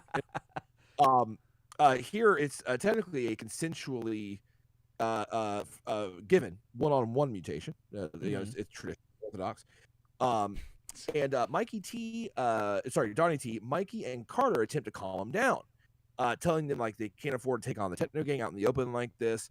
But Leo and Raph just kind of like tell them to shove it, and then they just kind of like walk another way. Like at first they're being held back, you know what I mean? Yeah. And then they're like, "But I'm just this way," and they just get away. So they get out there, and the results are pretty predictable. The people of the city have their worst fears realized as two Toka-looking giant mutants come out of nowhere, and assaulting. Sorry, I never thought about this until you just mentioned this. Their fears realized, like, these are, so the way the turtles look, like you said, they look like Toka a little bit. So it looks a little less cartoony and more like just gross, like a monster almost. Yeah, that's how the people, when they haven't seen the turtles, that's how they imagine they look. But when you look at the actual turtles, they look pretty clean for living in the sewers, and they don't look so bad. So yeah, I never thought about that until just now, and that makes perfect sense and makes this hit home a lot harder. So I just wanted to give you that one. Oh yeah, no, I appreciate that. It's one of those things. I saw that, and I was kind of like, yeah, like this is exactly the wrong thing to do, and I think that's kind of what like Donnie and Mikey and Carter were kind of all saying, but between the lines, like, hey, look, like they kind of appealed more to the tactical situation, like we can't do this. Yeah, I think also implicitly in those words is we can't do this. Yeah, because the people will see and it will suck. The world is watching. Yeah, but Leo and Raph, they're on their own. So yeah, they assault these Techno Gang members, throw them into each other, looking just absolutely evil as shit. I mean, it's worst nightmare. So the sane heroes we have here leap in and eventually convince Leo and Raph to stand down, just as they kind of go limp and lose their super mutant form. And then they all hustle back to the party wagon and speed off. There's actually a really funny scene where like they run into this alley and the Techno Gang like chases them, and then the Techno Gang runs right back out. Yeah, the party wagon comes zooming out. I like that. That was pretty funny. And it says tires squealing, and it's like we never see that. We never see them using the Turtle Van as much. So they're really on it. Yeah, it gets used in this episode a ton. Like, yes. This episode brought to you by Party Wagon, built Party Tough. You know what I'm saying? Like, I mean, like it might as well have been a sponsor. Might as well. It's kind of like when you watch like any network TV show and you're like, oh, so it's Ford cars. Okay. Yeah. Because they just like show like a Ford roll up. You're like, okay, that's actually a commercial on my TV show, but that's fine. Yeah. So back in the lair, obviously Leo and Raph got some splaining to do. You know what I'm saying? Because Donnie T and Carter are like grilling them. They're like, look, like, what's up with the group mutation outside in the middle of public? What's up with the indecent exposure? What's up with being a couple of knuckleheads and not listening to us? And Leo and Raph just basically say like that when they mutated, like something came over them and they just lost control. Like they just started bickering and whatever, and they just kind of went for it, and that they weren't in control. Now, Carter does step in to ask specifically, did the music make them lose control? Right. Yeah. Because and that's valid. That's valid. That's what I mean that's valid. Music makes you lose control. You know what I'm saying? And he was just like, "Are you sure it wasn't that?" Right. And Donnie T's like, "No, actually, because I've gotten on the microscope." which I love this because like you see the other turtles like he's like, well, actually, and he's got his, and you see the other turtles. I love that it's in the animation where they all go. There's a look where they're like, back on the mic, God, back on the microscope, man. Like, come on, and like, and Donnie's like, well, actually, the mutagens reacting in a way I've never seen. Oh my God! And Raph like actually says like, like really, like we need that now. And it just shows that everybody's just about as tired of the mutation storyline as we are, even the turtles. So I'm about that. Yeah, me too. So this leads Leo to kind of fear that like all may be lost. Like they walk into the next room, which is more of like the central like living room, like main layer living room area. And Leo's just kind of like, well, I mean, if we can't control our mutations, then like, and we don't know when they're going to happen, and then they happen, and then we're not really in control of ourselves. Then like we're just at a disadvantage. Like I don't think we're going to be able to win this. And also like if we can't do it, and Carter's involved too, like Carter also mutates, so it's not just like Carter can do it by himself. Then like who's going to defeat Dreg? Because there's this feeling that like Dreg's ramping this up and up, and like every time they manage to just like reset the Dreg timer, like on when he's going to conquer the Earth. And I do like that acknowledgement in this scene of like the fact that that's what they've been doing. Like they've just been like putting another 30 seconds on the clock. Right. Like it's not solving anything. And he's got this death grip on the planet. And I do like that they added this season, and this episode kind of does bring that home. So, well, if the question Leo asks is, well, then who will stop Dreg? Old Dad Splinter's got that answer. He comes walking in. And you know what his answer to that question is? Who's going to stop Dreg? I do. What's he say? Goodness, it escapes me now. You'll have to remind me. You are. Oh, you are. It. I forgot. You walks in. Who's gonna stop the turtles? I heard, did you or Dreg? Did I hear y'all say that? I got the answer. Y'all will. Well, you're cutting it short. Now I remember. He came in and he said, "Who were you going to?" I've got this. I've got no. He came in and he said, "Leonardo, Michelangelo, Donatello, Raphael, Carter." Who I don't remember. Well, I guess they don't need. Well, I guess their last name is Hamato, isn't it? Yeah, the turtles' last names are Hamato. So Carter, I guess Carter's Hamato now too, right? Because like he's like adopted, maybe. He's not family. Come on. But no, he's not. But Splinter did the whole thing where he has to name all of his kids again, lest he forget. And but to your point, yes, that is what happened. Sorry, but I thought that was pertinent. I'm glad you laid out for that. That's good. I did. Okay. It almost took longer than him naming all of his sons. I know. So that's the answer. Splinter's like, oh, who's gonna figure out Dreg? If y'all are mutated, well, guess what? Y'all are. And that's it. That you must alone defeat Dreg. Actually, so Leo comes back with the same "woe is me" act. He's like, but Master, if we don't control the mutations, then and Splinter has this attitude like, I heard that. Yeah, that's why I came in the room. I'm gonna lay out 2 things y'all need to know. And it is pretty damn dismal. Are you ready for this? I am. He says, 1, the time for learning to control your mutated forms has passed.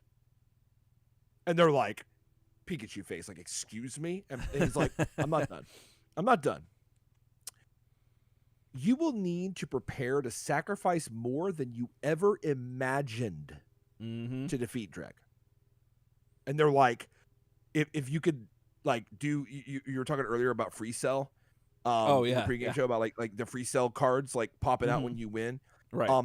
Imagine they're all Pikachu faces, because when he says that, it's all just Pikachu's face, like the Pikachu surprise face running over the screen. Yeah. Yes, it's just all that. It's Pikachu surprise face, and then he just drops the mic and leaves. Just like that. That's the Splinter you get this episode. He walks in, he's like, the mutated power thing, you're never going to control it. You haven't really tried. You got a little bit of control this season, but not much. And we're bringing that back, so that's done. And also, you're going to have to sacrifice more than ever. Yeah. Because it's the last episode. I'm out. Mhm. Turtles like. And he was like very specific about sacrifice, like almost as if he knew what they Yes. were going to have to sacrifice, but didn't want to For sure. tell them. And I was like, that's a Yeah. little weird, but whatever. I mean, it's the mothballs.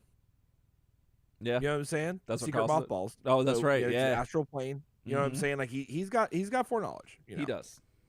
So aboard the Dreadnought, it must be Dreg's birthday or something, because a heavily damaged ship comes aboard, and when the hatch opens up, a random mercenary who we never see again pops out and presents Dreg with nothing less than the Vortex Crystal. Ooh. The high tech can't even believe his eyes Mm-mm. because in his mind, the Vortex Crystal was just a myth, Oh yeah. 100%. Not true. but it's real, and it's my birthday, and I got the Vortex Crystal. So, gotcha. Mm-hmm. So it turns out that with this relic, Dreg tells us that he will be able to warp his entire galactic fleet to Earth and finally conquer the planet. Mm-hmm. And Eric, guess what is the only thing he needs to get this done? He needs. What does he need? Well, energy, Ryan. To get He needs energy. yes. Just plain and simple. He That- just needs an outlet. He just needs a Just- plug, and there you go. Current. Yes. A massive amount. Yeah, massive. Yes. Now, the high tech points out that obviously the power reserves on the Dreadnought are insufficient, and Yeah. Dreg's like completely correct. Mhm. But don't worry, the people of Earth will give me the power. Yep. Cut to a city official, and Dreg standing at a podium with the vortex crystal. Yeah. like This is so good. as the official declares that once again, the people of Earth are on the receiving end of the most generous alien benefactor ever. Mhm. And I really like the timing on that. Like that is just the way it's cut in the episode was really good. It is. Um, And I just want to say real quick, we haven't talked about this much. I got to give it to these people of Earth in this city, in New York City, in Red Skies, because they are not judging a book by its cover at all. They Like Dreg because looks. Dreg is about the most arch villainy looking dude. Yeah, he looks like a stereotype. And Ever. yeah, Yes. but yet they are like accommodating, and they are like very open to him. Like they're not like shutting him down. They're giving him the keys to the city. Like he has his own You're right. McDonald's. Like there's all kinds of stuff. And he has like his own McDonald's. so like He gets a key to McDonald's. he does. and he that's does. and that's how that works. Precisely. And so I never really noticed that until right now. Like forget the turtles. This guy cleaned water, like did a magic trick with water real quick. Yep. Won hearts and minds, and Yep. not once has anyone shown any like reservation towards his skin color or whatever. Yes. But that's how you know this is a Correct. fictional story. So there you go. For sure. Yeah. I mean, but yeah. I mean, the people of Red Skies are just looking for hope. Yeah. Dreg's bringing it, and so he's got the people of Earth sold on the idea that the vortex crystal actually provides limitless clean energy, and somehow no one stops to ask why it needs to be hooked up to a gigantic power plant Right. to give clean energy. So it's like, Mhm. but it needs to be powered first. It's like, well, how do we? Will eventually the vortex crystal power itself? Because I feel like, you know what I mean. Oh yeah. But it's yeah. okay. But he no. makes a $100 bill turn into 99 pennies, and everyone's really excited about it. Yep. So, and it appears now that you zoom out of this whole thing that this little gathering just happens to be taking place at just such a power plant. Mm-hmm. It also appears all set up to just receive the vortex crystal, like on a little stand, Yeah. and get the whole party started. So Dreg's like, I got him, boys. Like, it's happening. This is the fruition. It's happening. Mm-hmm. So obviously off to the side, hidden away, the whole gang, including April, Yeah. are looking on this whole thing. And they're all remarking that this is obviously one of Dreg's tricks again and everything Mhm. like that. Donnie T consults an energy reading from the party wagon that shows that basically all energy readings are like off the charts, and that whatever that crystal is, it ain't a power source. Like Right. it's doing something else. Mm-hmm. So the Turtles hatch a plan to have April document. This is very similar to an episode we just did a couple episodes back. to have April document the effects of like the turtles coming out and fight that. Basically, it's like, hey, look, we'll fight it. You film it. Mhm. We'll catch Dreg with his technological and moral pants down, Right. and we'll right. show that on the news. Now, for some reason, they think that that's gonna work this time. Mhm. Even though it clearly did not Yeah. in a previous episode. But yeah, and April kind of responds a little weirdly by saying, like, that she's about it, but she's also gonna wander off and then meet the turtles back at the lair once Mhm. she has the proof. Yeah. Even though Raph literally says, hey, stay close to here. And she's like, Mhm. no, that's cool. Yeah, I'm gonna wander away. I'll see y'all later. Yeah. And apparently the plan's still happening. So yeah, but it was a little weird exchange. Mhm. I like it, it definitely, to me, and maybe I'm just reading this into it, it had the feeling of April once again doing kind of the internet answer, the hey April, go look something up on the internet for me. And Oh, she's like, right. that's really stupid. This felt kind of the same way of Mhm. like, April, stay close and film the thing. She's like, I'll film something. Right. I'm gonna go over there though. Mhm. See y'all later. Anyway. Yeah. So I don't know. meanwhile, it's weird. It's a little It weird. is. I like it. I like April on her own. Mhm. And April comes out on top on this episode, so She I mean, does. stay tuned. You know what I'm saying? She didn't have her so- her pay doc this episode, so or she doesn't I get her mean- pay docked this episode. I mean, maybe the opposite. we'll see. You'll have to wait and see. Mhm. You know what I'm saying? You'll see. Ah. Meanwhile, your boy Dreg, like, your boy just can't catch a break out No. here, man. Like, No. so just as he's setting the vortex crystal into place, Mhm. and as the denizens of the city look on in abject wonder, just a giant spaceship appears out of nowhere, opens a hatch, and shoots out someone Dreg appears to be very frightened of, Mhm. named Doomquest, and his little minion Draconis. Yes. Now Draconis likes to fly around in a little chariot, space chariot looking love cool it. thing. Oh, I love it so much. Your boy, me too, but your boy Doomquest is just floating down like Prince. Like, he doesn't have a thing that's making him not just fall. He just is like hovering Prince. down like I like Prince. like I could totally see Prince doing this. Yes. Like yes, 100%. exactly. Yes. Like you don't question it because it's Prince. You're like, right. okay. Goodness. Like it's one of those things that you look back on later and you're like, dude, do you remember when we were at the club and we saw Prince? And you're like, Mhm. yeah, no, that was awesome. And he's like, do you remember him just floating up the stairs instead of walking on them? And like, yes. the other guy goes, he didn't walk on the stairs, but that's like 2 weeks later. Right, Like, you just yeah. like remember like that he Mhm. didn't actually like. It was like a Prince cheat, Right. but like you only get it later. You're like, oh Mhm. my god, like yeah, like how he was holding 3 drinks with 3 hands. What? Right. Like it's just he can warp your mind. oh He's yeah. Omega level, Mhm. and Doomquest appears to also be Omega level to a degree. So Doomquest just calls Dreg out midair, Mhm. proclaiming that the vortex crystal is his property and his alone, and then promptly opening up a fingertip on a little Yes. hinge Yes. that shoots like teal lasers at things, and he starts peppering the stage. Well- So obviously the sheep will what? I was gonna say we need to talk about what he looks like because we haven't addressed. Oh, that. that's right. That's right. I Yeah. kind of skipped that one. Yeah, Yep. because he looks interesting, but not like I don't know. I'm not the biggest fan of his design, but because there's Yeah. it's very busy. There's a lot of stuff going on, but I'll try my best. It's very busy. It looks like he's got 2 red dragon claws coming, like he cut off the paws of some dragon and put them on his shoulder. Then he's got like a weird. I don't know what's flesh and what's armor. I'm assuming the purple stuff is flesh, but he's got like some armor that exposes one part of his forearm, but it's got a spike coming out of each elbow part. He's got weird little spikes coming out of his hands, like Wolverine claws almost, but they're like just little like chocolate chip versions of them, like where Wolverine's claws would be if somebody just put like 3 Hershey Kisses like right there. That's what he's got. Yeah, they're kind of like I guess like bone studs. He shares some similarity to Doomsday in the fact that he has like kind of bony Yeah. like protrusions kind of that are like sharp Mhm. coming out of him everywhere.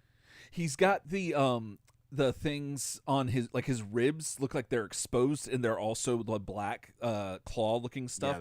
Yeah, which is that's weird. I remember the Ghost Rider toys back in the day from Toy Biz that was supposed to be an animated series, but they didn't make it. Some of the figures had that kind of thing, that look. And so he definitely looks like somebody who would fight Ghost Rider. His face, like, he's got what looks to be like a helmet that has some almost like a samurai-esque vibe to it, and like a Shao Kahn from Mortal Kombat kind of vibe. And then he's got a lot of fishnet everywhere else, and that's pretty much it. I don't really and once again, like, almost from that description, like, he is really hard to describe. He is. A big feature of his is that he's huge. Oh yeah, he towers over Draconis. He's like kind of like Darkseid size, like in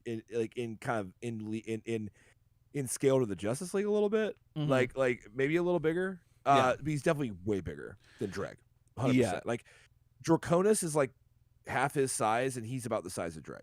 So, and Draconis kind of scale all that together. Is wearing a similar getup, except he looks more like a pit bull with like ears, like alien ears. Yeah.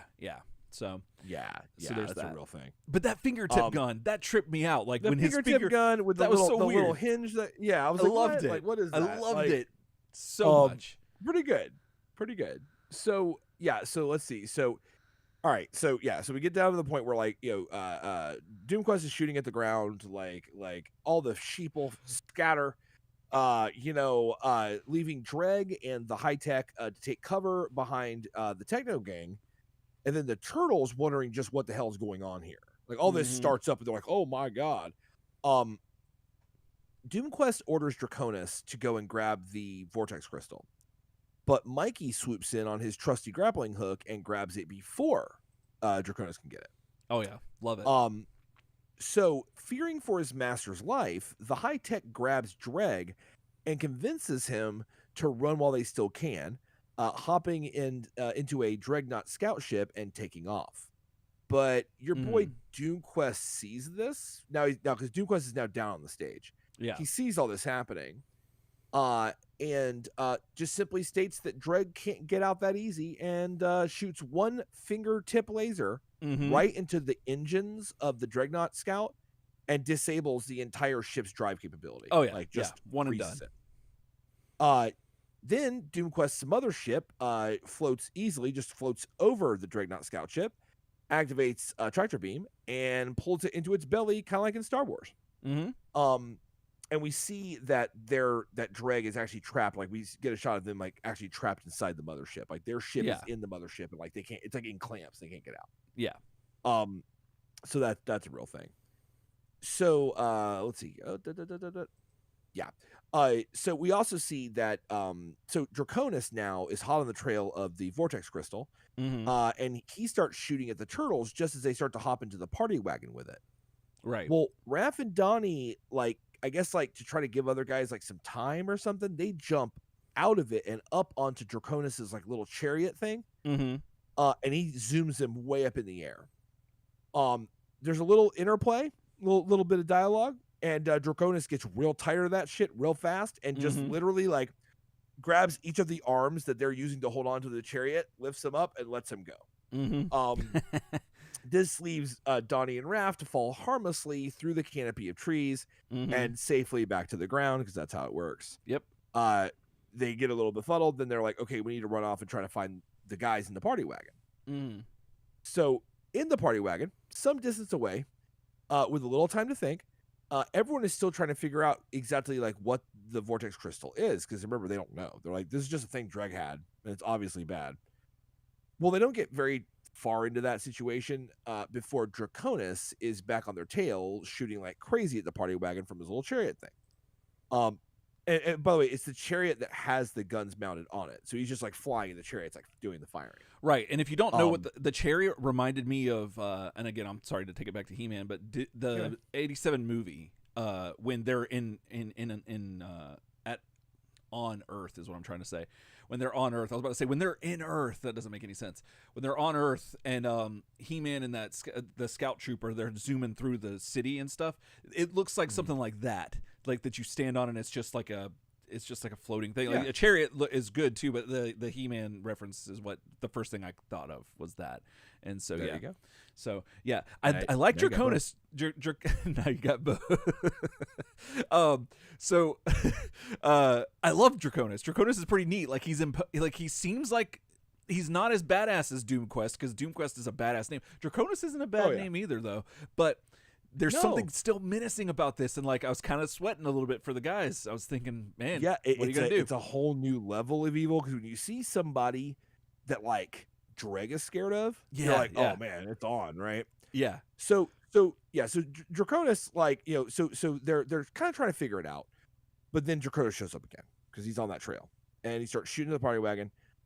There's a little bit of a chase that ends with Draconis forcing the party wagon over onto its side, forcing the Turtles and Carter to jump out. And Carter has the Vortex Crystal because he was the one holding it when all this, you know, BS began. Mm-hmm. So Draconis does the thing where he gets out of his chariot and he tries to reason with Carter and the Turtles, basically saying like that,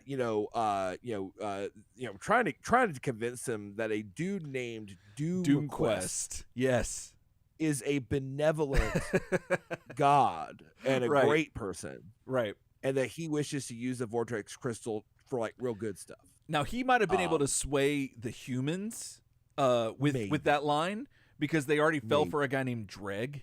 Like, come on, like that's like one letter away from Greg, and we all know Gregs are evil. So yeah, that's true. You know, add a D to it, and it's just even worse. But yeah, that's true.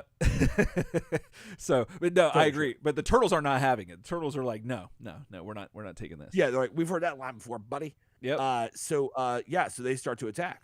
And by attack, I mean flail harmlessly. Mm-hmm. As Draconis whips their asses. Yes. So he winds up throwing Carter into a gutter, causing the Vortex Crystal to pop loose, and then your boy Draconis catches it on the fly, effortlessly. Oh yeah. Hops in his space chariot and zooms off. Yeah, and one thing about Draconis is that whenever Carter hits him, but he hits him 2 or 3 times. Every time says clang. Says clang. Oh yeah, no. Draconis just looks at him like it's a joke. He's like, so are you hitting me? I say clang, man. What are you thinking about? I say clang. I said clang, but I'm also like I said clang because I'm like impenetrable to your weak self. Mm-hmm. But you can see I'm made of flesh and blood, so figure that out. Yeah. Oh, did I get the Vortex Crystal? I'm out.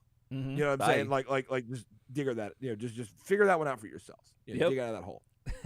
So the Turtles and Carter, they just like walk over to the party wagon and just push it back up on its wheels, as you do, and just get in and just go, because that's how that works. So down the street, Donnie and Raph witness Draconis like zoom by, fleeing the scene. And they have themselves a group mutation. And they have it. And it's a beautiful thing. It is. And they do it.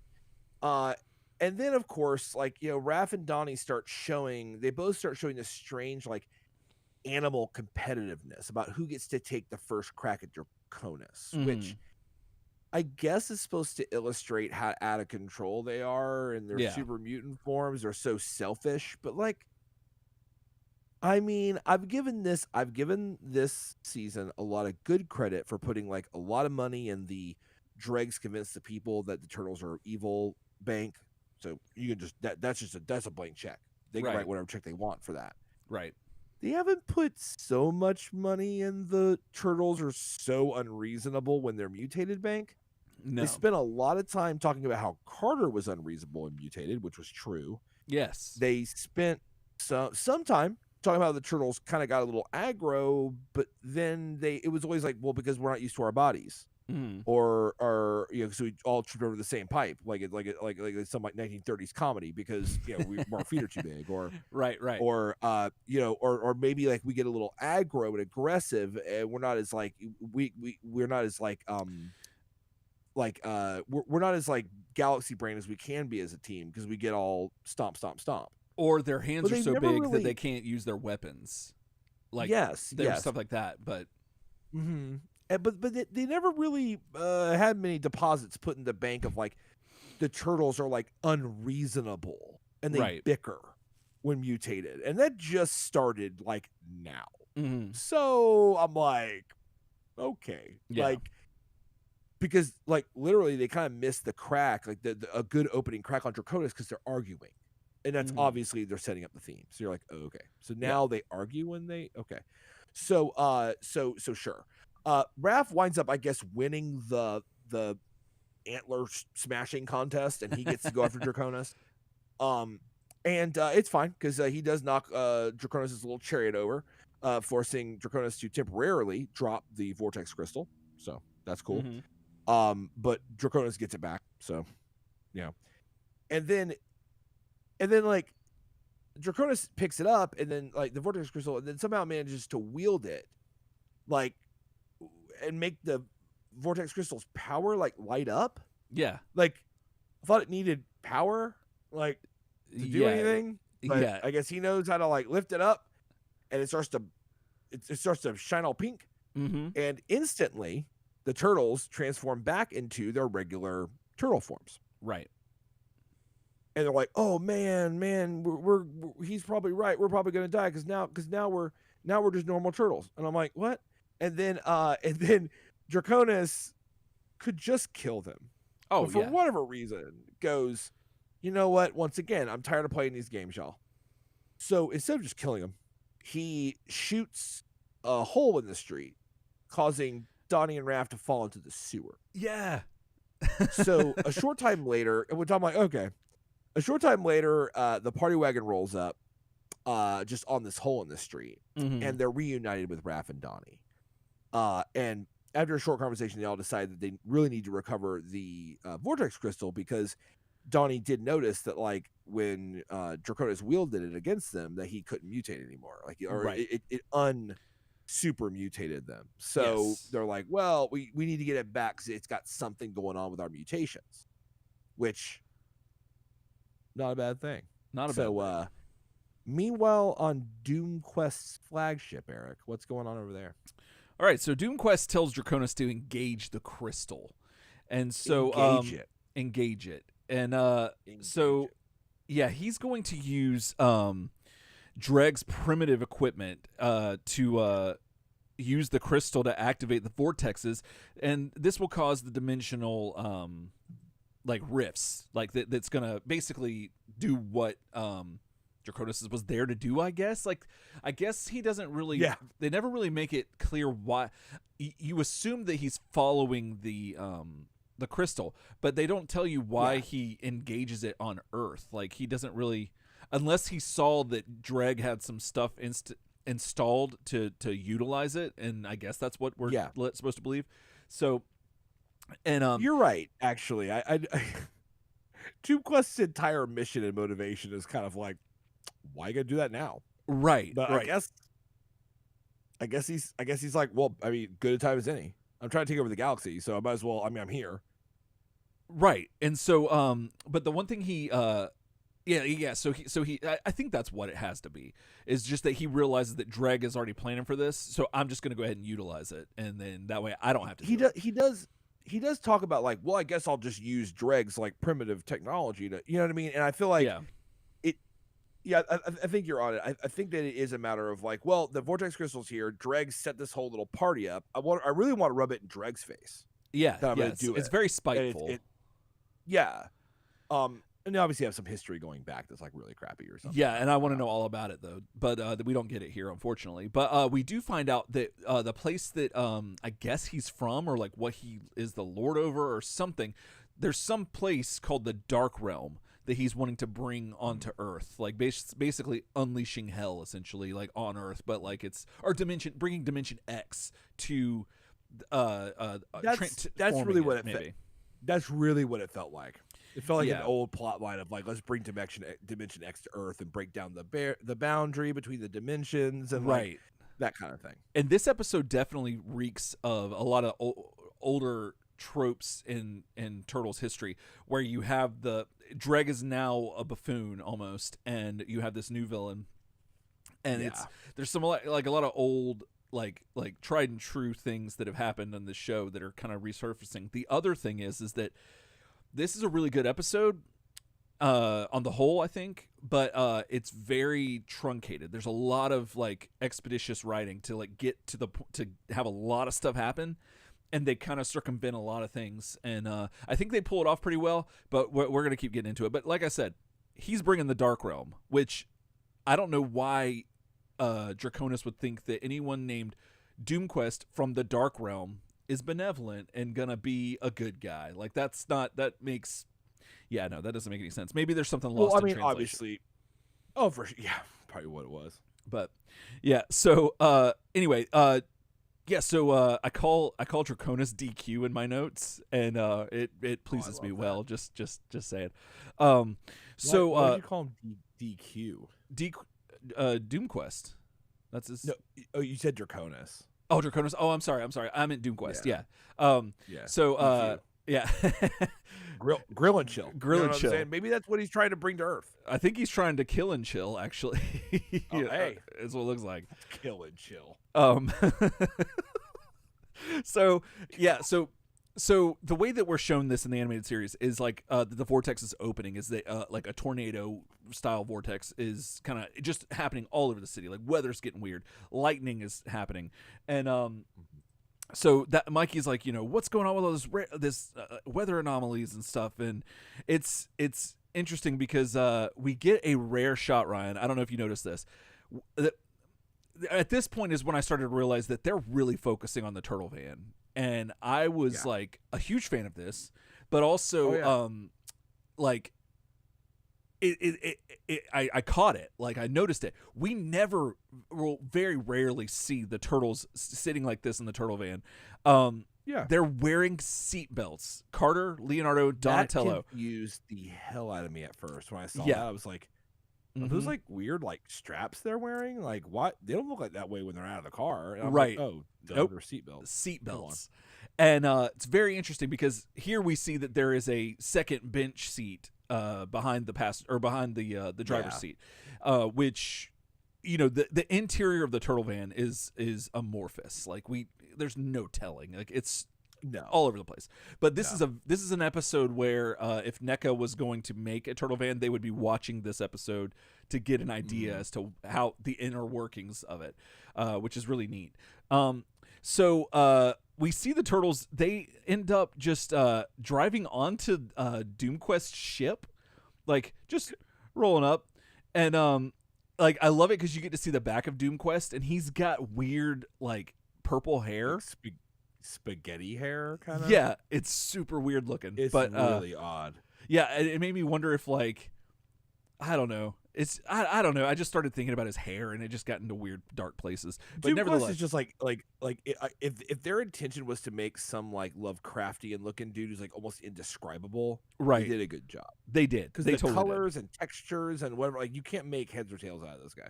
So before I jumped ahead a little bit. Before they pull up to this to the ship, Donnie dismisses Mikey's query about like the weather and stuff, and just proclaims that they still need to get the crystal.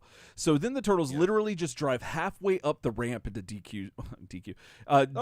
They roll up. That's the equivalent of someone parking, like rolling up in your front yard, like parking diagonally and being like, "I'm here," or better yet, half in your yard, half in the road still. Like that's not helping anybody. Like this is just the worst idea. No, it's really not. It's really not helping anybody at all. No. So Doomquest turns around, and we get a shot of I talked about his hair. Then Doomquest then picks up a huge rock that's just randomly in the middle of a New York street to apparently let us know that he's got some sort of gambit powers. That he can charge I thought stuff. The same thing. It's Gambit. It's Gambit. Feeling. Now the closed caption says high pitched frequency sounds, which I thought was kind of neat. So I was wondering if he does something sonically to it, if that had anything to do with it. We never get an explanation, and I don't think we see this use of his power in this episode ever again. So he throws the rock at the turtle van, and oh my god! So as Leo so as Leo and Carter make their way out and quickly run back in, like they run out of the van and they're like, "Oh shit, he's throwing a rock at us. Go back in." They go back in, and the rock doesn't even hit them. It hits the back of the van, knocking the entire back door off, revealing Donnie just curled up back there in the tiniest little slot that looks like you could only fit like one turtle in. Oh my god, it was so good. I love it. And so the turtles take off, and Doomquest finally gives us a proper introduction. He says he is Doomquest, Lord of the Dark Realm. He then shoots at the turtle van with a green blast of energy from his palm, as opposed to his finger, like he did earlier. Apparently, he's a terrible shot and only manages to make a pothole in the road. And this leading to a weird bit of animation where Raphael chastises Mikey's driving and the decaying condition of the turtle van. So, so just then we see what looks like purple slime covering the buildings along the street. Now, it's kind of like it was there all along and not like it just said, I don't know, and got slimed on. You can't do that on television. True. So it's very interesting how this is transpiring. So Carter, but the way they show it though, it definitely is supposed to show you that like that portal being open is like affecting the environment. Right. Oh, definitely. But I'm saying it's not like cause and effect. It's more just like it's not like on there. It's not like the vortex opened above the city and slime is coming out of it. It's more just like it's like just on it. And like almost like if it's like the blending of two universes that are the same but like a different, like a little off. That's kind of what it is. Yeah. So very strange. Don't really get an explanation of that either. So let's see where we at. So then Carter then sees a ton of blips on the ambiguous turtle van radar, and we find out that these are all the vortexes that Doomquest is opening up with the crystal. And our heroes then have to stop as a vortex has opened up in the road before them. It's basically just, like I said earlier, a twister with green energy, or green electricity, excuse me. They deduce that Doomquest must be destroying the dimensional barriers to another world. Then we see the consequence of breaking the dimensional barriers in the form of two large dragon-like type bugs or monsters. Like they got huge wings. One's purple and kind of pink. The other one's green and reddish orange and stuff. And that one breathes fire, or does stuff with fire. Let's just put it that way. So the green one breathes fire, but the blast, Ryan, it turns into just two like laser blasts that go and hit the the front windows of the van. Yes. Just out of everything it can hit, it just knocks the two windows out. That's all it does. It's a split shot. Yes. That's what it does. And the creatures fly away, and Mikey says what I was just about to write in my notes: these dudes really have it in for our van. And it's like, so they're definitely doing the Blues Brothers, like the cars getting trashed, like the longer this is going, which I really appreciate. I didn't think about that, but yeah, you're right. Yeah, no, I love it. Really paying attention to that, and I like it. I like it as like a C plot. You've obviously got like your classic, Dreg / Doomquest is going to take over the planet. That's your A plot. You've got the turtles looking for the vortex crystal because it could be the key to stopping, from happening again. Which would be great for everybody. And then the C plot of like the party wagon just falling apart, right? And I really like it. So I know I could be a little rough on this one in particular, but like this episode because of some stuff, mainly with like the motivations and the weird things about the turtles all of a sudden becoming bickering babies when they're mutated. They're babies. But I like they're babies. But I did like I do like the Blues Brothers, like the idea that like this van is getting trashed. I love it. It just keeps going too, which is great. Oh yeah, it doesn't stop here, and I'm totally here for it. So all right, so then they realize at this point that this is not just an isolated incident. Just then, April calls Leo on the Turtlecom, and he answers it, Ryan, with the most what now scowl I've ever seen in my life. The animation in this has just been great for me. Like it's it's rife for comedic like poking fun at it and stuff. But like harvesting, yes. Yes. But he is just like, what? Like, oh, I love it. And she says she's over by Channel 8. So like what happened to Channel 6? And furthermore 7. We just went to 8. So not quite midnight, but like Channel 8. No, I mean, like not quite midnight, but Yeah. well, it's just another channel. It is, but I'm just like, interesting. All right. Yeah. We never heard it before. We never heard them mention No, we have I don't not. even think Byrne has even talked about like his competition as far as like other channels. I don't even think. Never. So- there is no competition. It was Right. Channel 6 forever. Right. So this was Yeah. kind of an interesting turn where like again this episode is just dropping so much stuff. Like I was not expecting any of this. Anyway, she says the good news is that she's got Dreg on tape. But Leo's still not impressed. Like he's still got that. Okay, you haven't won me over. The bad news. Yeah, Leo's like, but did you But did you look up the thing on the internet I asked you to look up? Right. Did you And she's Google like, that for me? You didn't. I no, I wasn't on that. He's like, but I sent you a text, and she's like, fuck, he's right. Yeah, no, I got the text, but I got busy, and it's a whole thing. That's what you're seeing here. Yeah. So the bad news is we're being attacked by monsters. You probably should have led with that. But you know, whatever.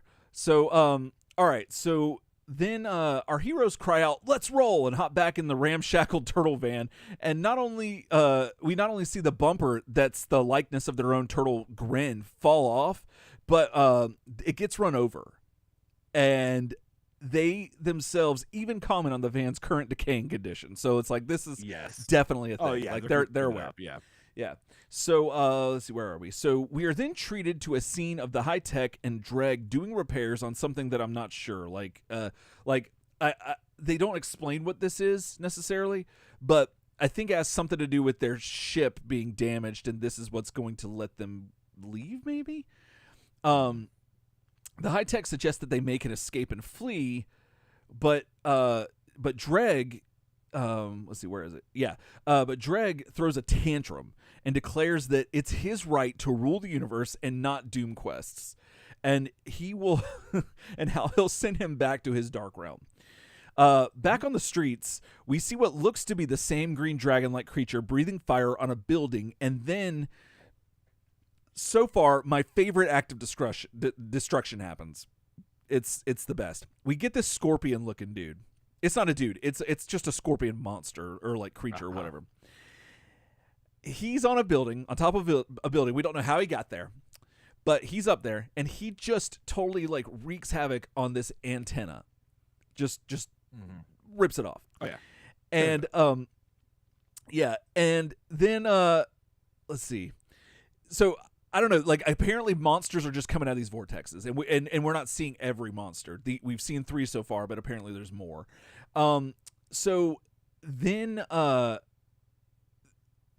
sorry, I lost myself in my notes again. All right, he so sorry, I went on very long for that in my notes, and that's what threw me off. Is like, so when I'm trying to do this and click the other stuff, it's totally perplexing me. I had this whole diatribe about like how cute the scorpion was and how he did a good job, and then now I'm like completely lost. But okay, I found my place. So now that I've riffed a bit, here we go. The Turtles and Carter pull up and make their presence known unceremoniously to no one, and this declaration is undermined by scenes of the van continuing to fall apart. Just then we see April and a man in glasses, which I believe is the same dude. Yes. And I went back and verified. It is the same guy that she was like, oh, I have contacts still. And it didn't believe her about the Dreg being a bad guy tape. Yeah. No, same dude. I saw that guy. I was like, I love this callback. That is like, what's up? I was hoping, like, I thought when I saw it that it was him, like it looked similar, but I was like, maybe they're gonna change, maybe it just, nothing, or pretty close. No, went back to my screenshots and saw, no, that's the same dude. So yeah. So anyway, he he's with April now because I guess like she's shown him something or whatever. They're coming down and they're talking to the turtles and trying to find out what's going on with the city. And he calls them deviants and is like, "No, I'm not going to get near them." But she tells him to shut up basically. And the turtles then use this opportunity to announce that they're going to have what is it, Ryan? A group mutation. So they group mutate. At least everyone except Mikey, April, and her news friend. What were you gonna say? Yeah. Okay. So Donnie calls dibs. Oh, I was just gonna say for a quick second that the fact that we're doing this like on YouTube now is gonna be really weird because all the weird faces I make could just be easily clipped. Oh, And absolutely. made two gifs of me, and I feel like that last group mutation, I really put my whole self into it, You did. and that You totally caught did. me. That might So come just back. Thoughts going on in the back of my head. Yeah. So we got to be aware of this stuff now. So I'm okay. I'm okay. Donatello then calls dibs on the Scorpion guy, and which he shouldn't have any knowledge of because that Scorpion guy was on the rooftop, and so they shouldn't have been able to see him yet. But Donatello knows, but maybe it's because he's got his weird reticle eye or whatever that is when he's mutated. Then Leo says that he wants the firebug, and Raph says he just wants to break stuff. So Carter doesn't get a line here, but then we see Mikey saying that they all just need to stick together as we see them all leave in separate directions. Just then we see that the scorpion creature now has the aforementioned antenna that he had ripped off. He's on top of the building still, and he throws it off the building, and it lands on Carter, and that made me very happy. Then we get a shot. Then we get a shot of the firebug creature attacking Leo, and Leo just takes the fire, like he just takes it, and almost looks like he's enjoying it a little too much. But to each their own. Then we see the scorpion creature hop down to the street, and Raphael approaches to quote unquote blunt his stinger. Yeah, just gonna blunt his stinger. Could be code for something. Could be. But Donnie gets in the way, declaring that the boy is mine, and then in the deleted scenes, that if you got the Turtle Van set, it's in the deleted scenes. Sure. They have the whole musical number to the tune of the hit single from Brandy and Monica titled "The Boy Is Mine," and it's actually really well done. But it's probably the best part of the episode, frankly. I think so too. Like everyone's dancing in it, like Dreg and Draconis and DQ show up, and it's a whole thing. But it's really good. It's really well done, but just kind of unnecessary. But still, what are you gonna do? So Raph and Don get into a scuffle as Mikey runs over to the scorpion guy, or excuse me, creature, only to have its tail squirt a web onto Mikey, pinning him from the window to the wall.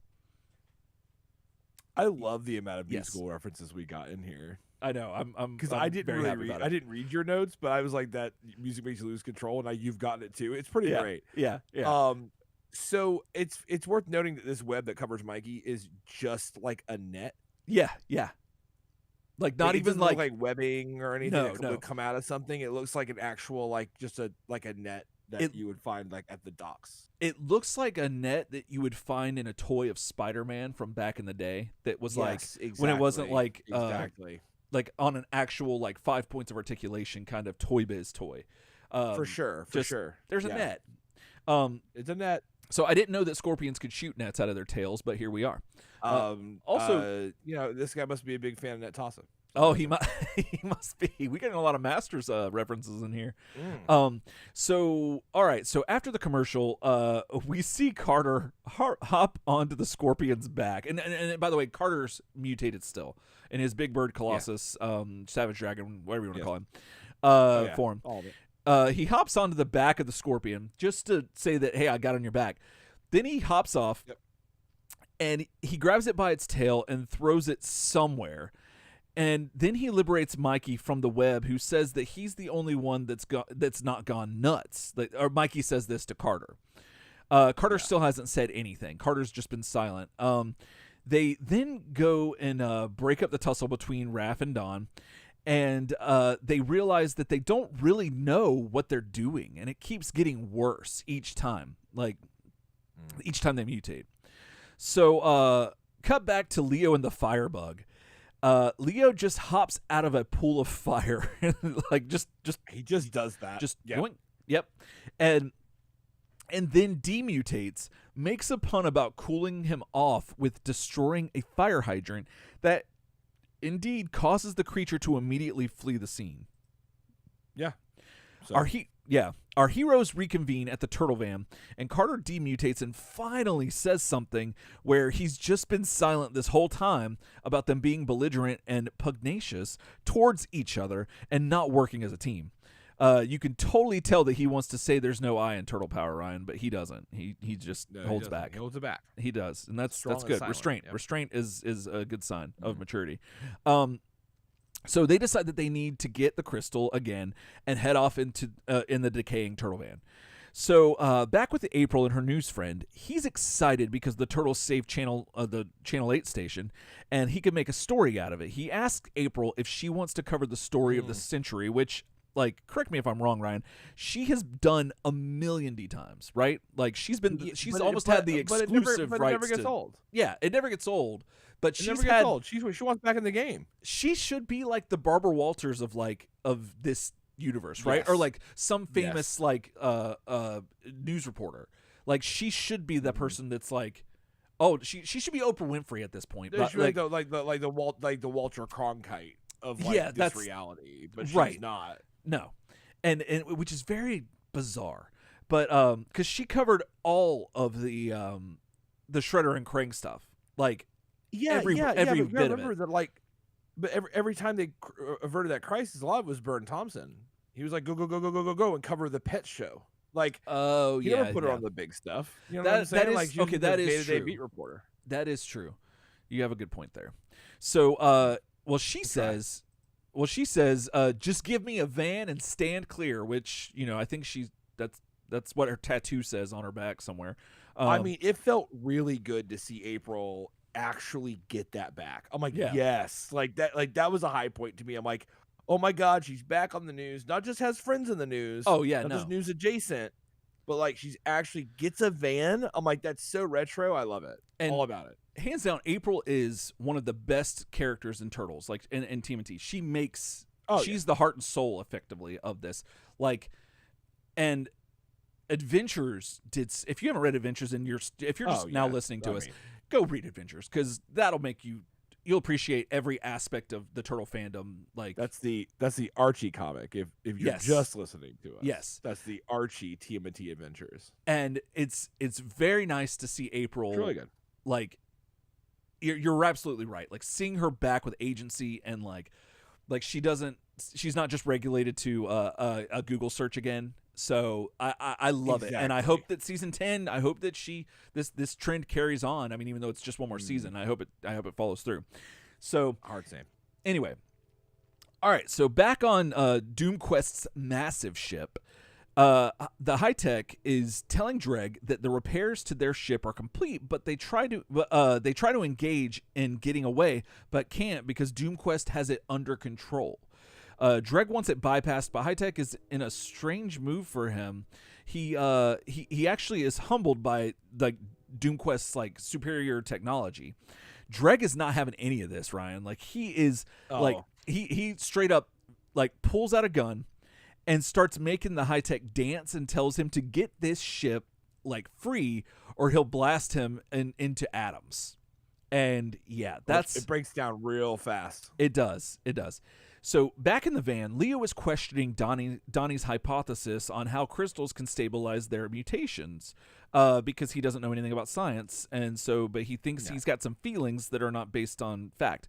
But the good thing about Leo is that he's asking the scientist the question and listening. Correct. So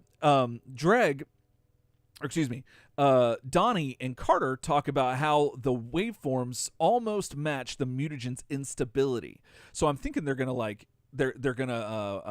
have a phase issue to cause the mutations to. They're gonna flip the phase on. They're gonna flip the phase, yep. Yeah. So that's for the audio nerds out there. So yeah, no rejection, baby. So and how that makes them almost sure this will work, and so.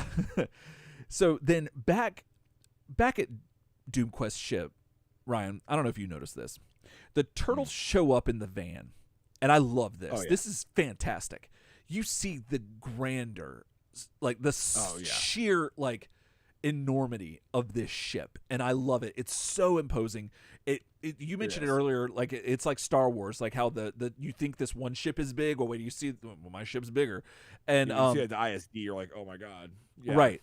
So so the turtles show up in the van, and this is some of the worst animation I've seen in this show. It's far beyond different colored turtles.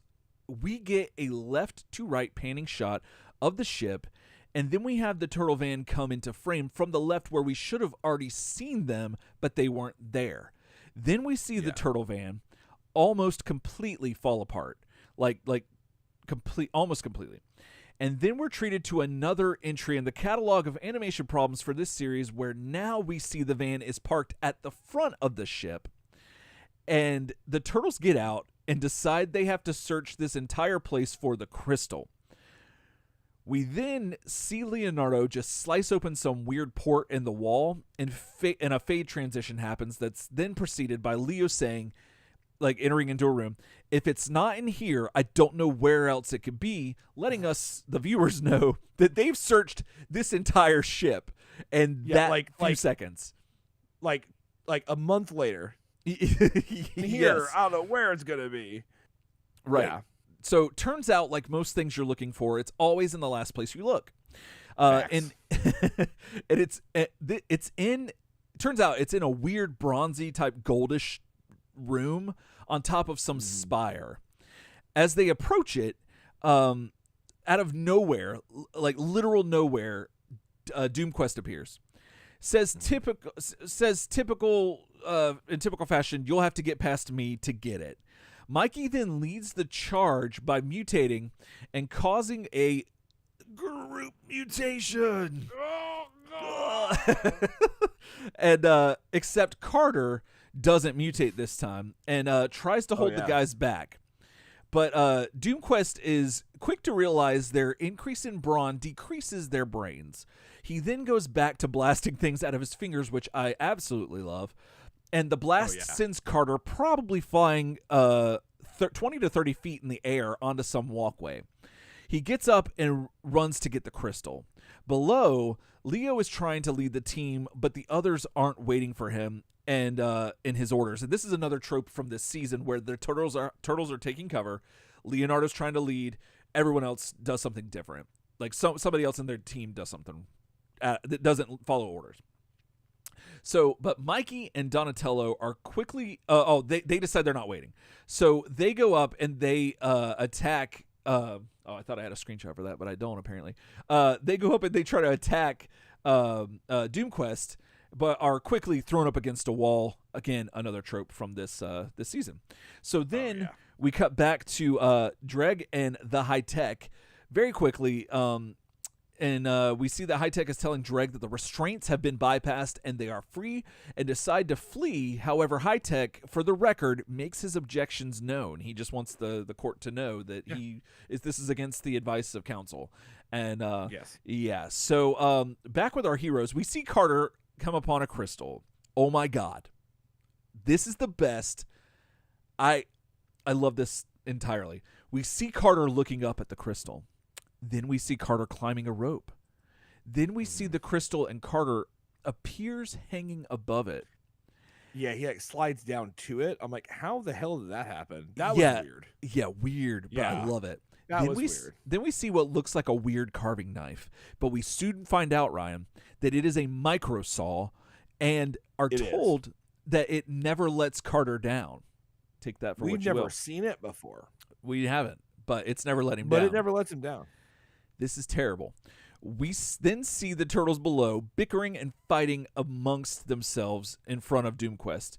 He goes to blast them through, though this time with his red eye beams, and we get another glorious Carter karate kick from 40 to 50 feet in the air while holding the crystal that apparently he got free. It's pretty great. He knocks Doomquest down and then runs over to the turtles and holds aloft his magic crystal and says, nothing. He says nothing, but somehow that causes the crystal to stabilize the turtle's mutations. He just Back with- activates it. If you hold it above your head like I have the power, it like Precisely. it turns on. It just does it. Like, it just needs to Just be turns like on. 6 to 7 feet in the air, and then it's like, oh yeah, no, that's what I needed. Back with Dreg and the high tech, they burst through the wall in the Dreadnought. No, this isn't the Dreadnought, right? This is the scout ship. Yeah. Yeah. So and start blasting at Doomquest. Doomquest is back on his feet and is not having this. He raises his hand to blast them, only this time again it comes out of his eyes, which makes no sense. Like, he's all over the place. Yeah. And then he gets put on his butt, and Doomquest realizes that, oh no, they got my crystal. We got to go get them. And They got my crystal. They got my crystal. The thing I love though is that Doomquest is holding his own against this scout ship, which is pretty awesome. That shows you the power level difference. Oh, absolutely. Between Dreg and Doomquest, really. Oh, totally. Outside the Doomquest ship, the Turtles and Carter realize that removing the crystal didn't return anything back to normal. Then we see Doomquest on that sky sled thing coming for our heroes. The Turtles and Carter duck behind some dumpsters, and that are apparently like, it is another trope for this season, but that are apparently impervious to penetration even by way of these alien lasers. So I keep calling it the Dreadnought because I thought that's what it was. But no, the scout ship finally makes it out of Doomquest's ship and continues to fight with Doomquest. Just then, the Turtles are realizing that they're being surrounded by the Doomquest, the Dreg's ship, and The Techno Gang shows up. Like, Techno Gang. They drop in. Yeah, the monsters are there that came around, and then just everybody's coming out, and so and they have to. This is when they realize that they have to make a quote unquote sacrifice, and that is not really focused on as such, but was like most likely the intent behind Splinter's words earlier. Like as competent adults. Well, I'm probably speaking a lot for us, but like as someone who can kind of pick up on some nuance, that was the emphasis here, was that this was the sacrifice they're supposed to make. However, it was like not even addressed as such. They in normal Turtle fashion, like they do say, like, Splinter's words, like, Splinter told us this, like, this is what Splinter meant, or something like that. None of that. Yeah. None of that came up. No, Not even. It's supposed to be a little bit more implied. I don't even think that they even. I could be mistaken at this part, but I don't even think they meant.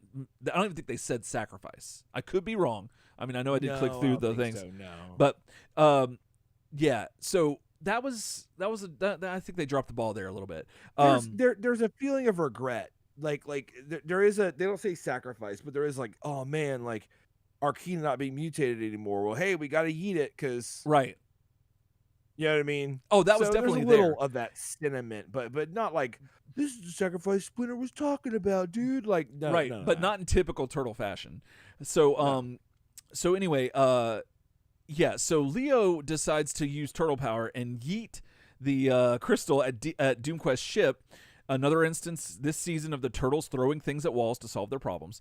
This causes the crystal to explode.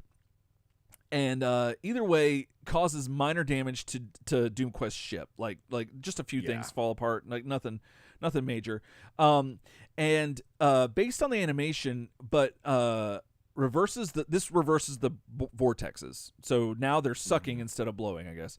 And it sucks up. That's one way to put it. Sucks up the creatures, and Doomquest in its like. Pretty great. Whatever it's called. No, right. Not Doomquest. So Dreg and High Tech are like, hey, we got to get out of here. Before this thing takes us to Dark Realm or whatever it was called. And so he's like, let's get us off this wretched planet at once. That's what Dreg is telling the High Tech. So we cut to a crowd in front of a giant TV on a building again, because that's just how it was back then. And she's declaring that she's got proof of Dreg's villainy, his evil intent, and that this proof absolves the Turtles and completely villainizes Dreg.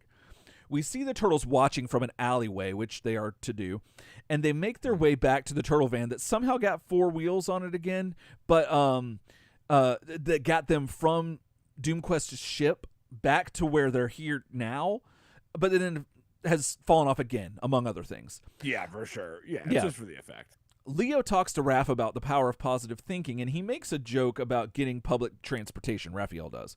Then Carter busts out his micro saw to try and fix something on the van, and Donnie realizes that it's got residue from the crystal when he cut it out. And then Leo's like, pushing the power of positive thinking so hard that I could feel his elbow in my side, Ryan. Like just like, huh? He's like, you see he's that guy. He's like, you believe in miracles? You're like, right. okay, yeah, that's fortuitous, Right. And that's the episode. Cool. Yeah, they don't like. Yeah, you know, it's funny.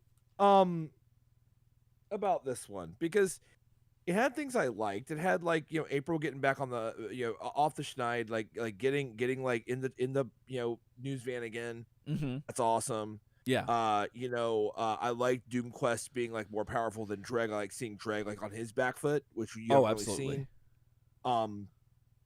Vortex Crystal is once again just another we bring the alien realm to you, Earth, like plot line, which has been done with Shredder and Krang many times. I would say that like it's right, like I don't know if it wraps much up. Yeah, no, really. Except that I guess you're supposed to believe that maybe like now they have the Vortex Crystal fragments from the Microsaw that they can somehow reverse engineer it, but you don't know that. And this entire underpinning of the protagonist plot in this episode, right, is that the turtles are up against the wall because they can't control themselves when they're in their mutated forms, so they're having an increasingly hard time fighting Dreg. And I feel like that became like the whole aggression, because there's that scene where like they're literally like in front of DoomQuest, they are like bickering like children. Oh yeah, like it's honestly just so kind of stupid, because they're all just like, no, I get to go first. No, I get to do it. No. And like Dreg has time to say, or DoomQuest has time to say, like, I mean, you're morons and you would probably kill yourselves, but like, I'm just gonna go ahead and take care of it because you're in my way. But you're stupid. And I'm like, they never ever put $1 in this bank, man. No. I like they used a lot of other interesting reasons why the turtles were maybe sometimes at a disadvantage, but it always felt when they were super mutated, but always felt like almost like a balancing mechanic. Like when you get the bulletproof and you get the, like, you know, I can just, you know, beat, you know, shit up, but you lose the dexterity, you lose the swiftness, and you're slower. And I thought that was a pretty cool balance for that. But never was it like, also now we argue like children. And if Donnie's little 1 second, like, well, guys, I'm in the microscope, and actually, it you know, it's actually mutated so much more, and now it's different. If that's supposed to be the deposit in the checking account, for you to write a check for, that's the backbone of the turtles' inner struggle this episode, it did not cover the check. No. So that's a problem. But you know, but honestly, you got to, I'll round it on this. The advancements in Red Skies, and we've talked about it a million times, the contiguous storyline, bringing characters back, you know, the show not wiping its memory clean every time you get a new episode, I feel like still outweighs these problems I just mentioned. And I think you come out at a net positive in Red Skies because of this. So I'm a net positive on this season in general. Because while I really didn't like the super mutant thing, I really didn't like the Toka baby situation.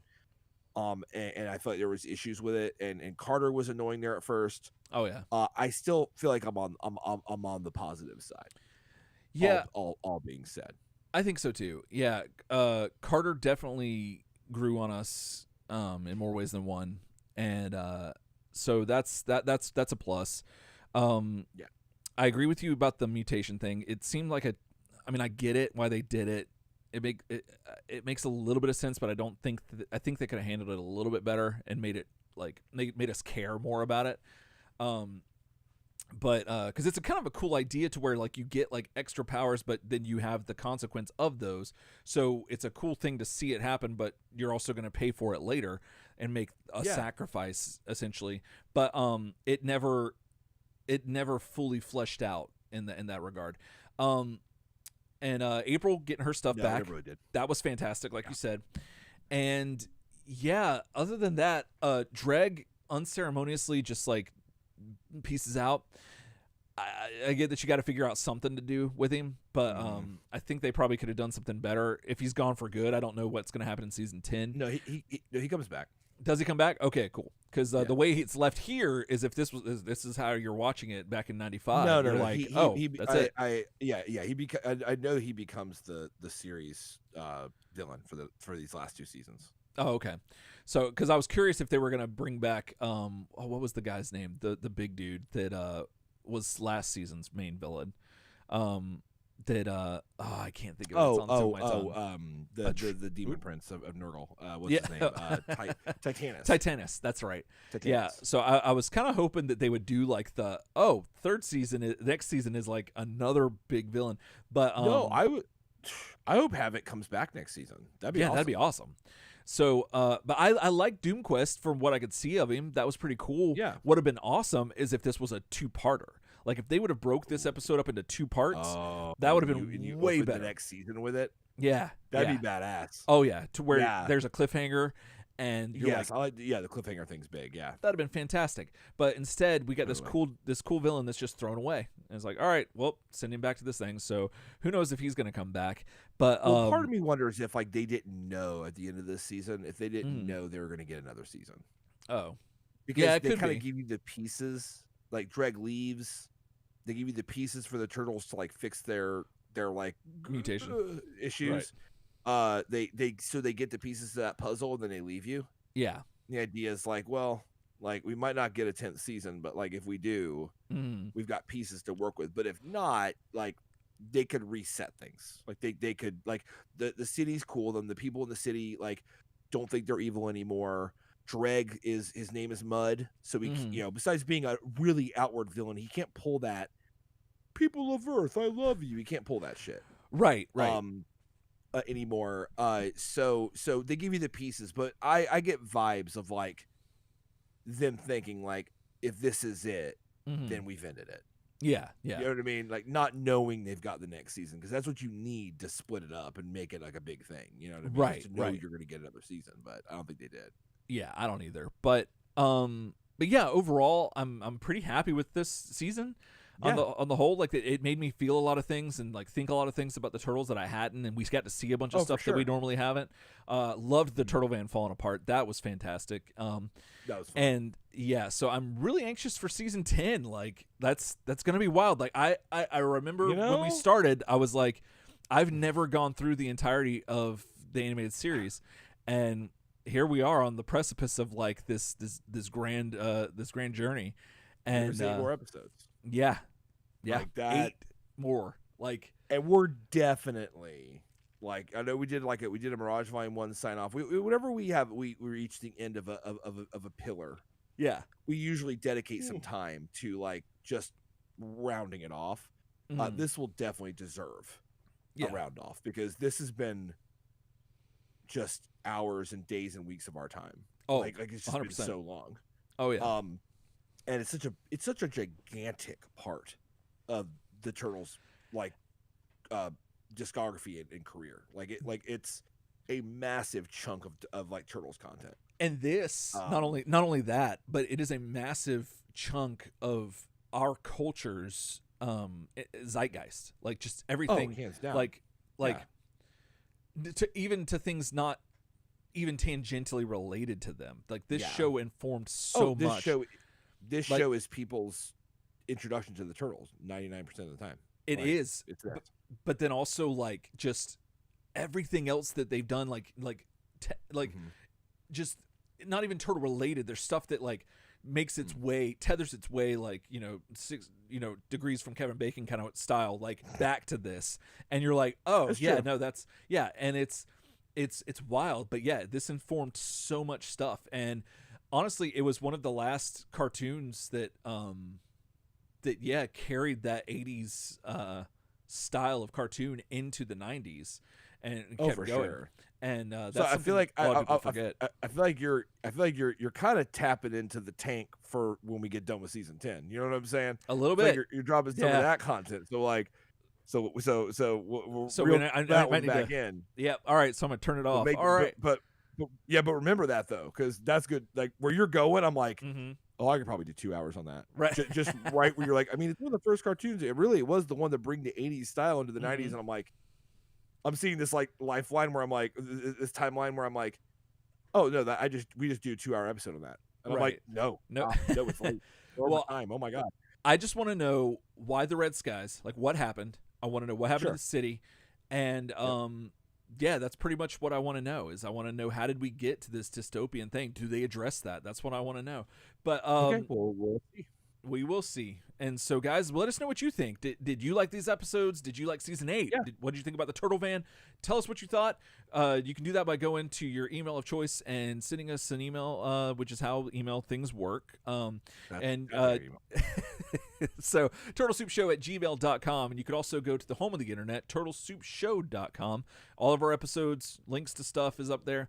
You could also go to Instagram, Turtle Soup Show with the underscores between each word. Also, rate, review, subscribe. Please do that. It's a free way to help support the show. Costs nothing except for like a few seconds, and it really means a lot to us and helps us out in a lot of algorithms and all that stuff. So that means a lot. If you want to increase your enjoyment of the show, you can join the rest of the Turtletarians and community on the Facebook group. A lot of cool stuff happening there, and that's usually where we let everyone know, like that. And the Instagram is where we tell people what's going on, and like that's where it's like that's the I don't know what I'm trying to say. The headline? No, that doesn't even make sense. Anyway, that's where you go if you want to be in the know. Turtle Soup Show group, and let's see, I'm forgetting something else. Look us up. Subscribe to us on YouTube. That's it. Because the next episode will be live streamed there, full force.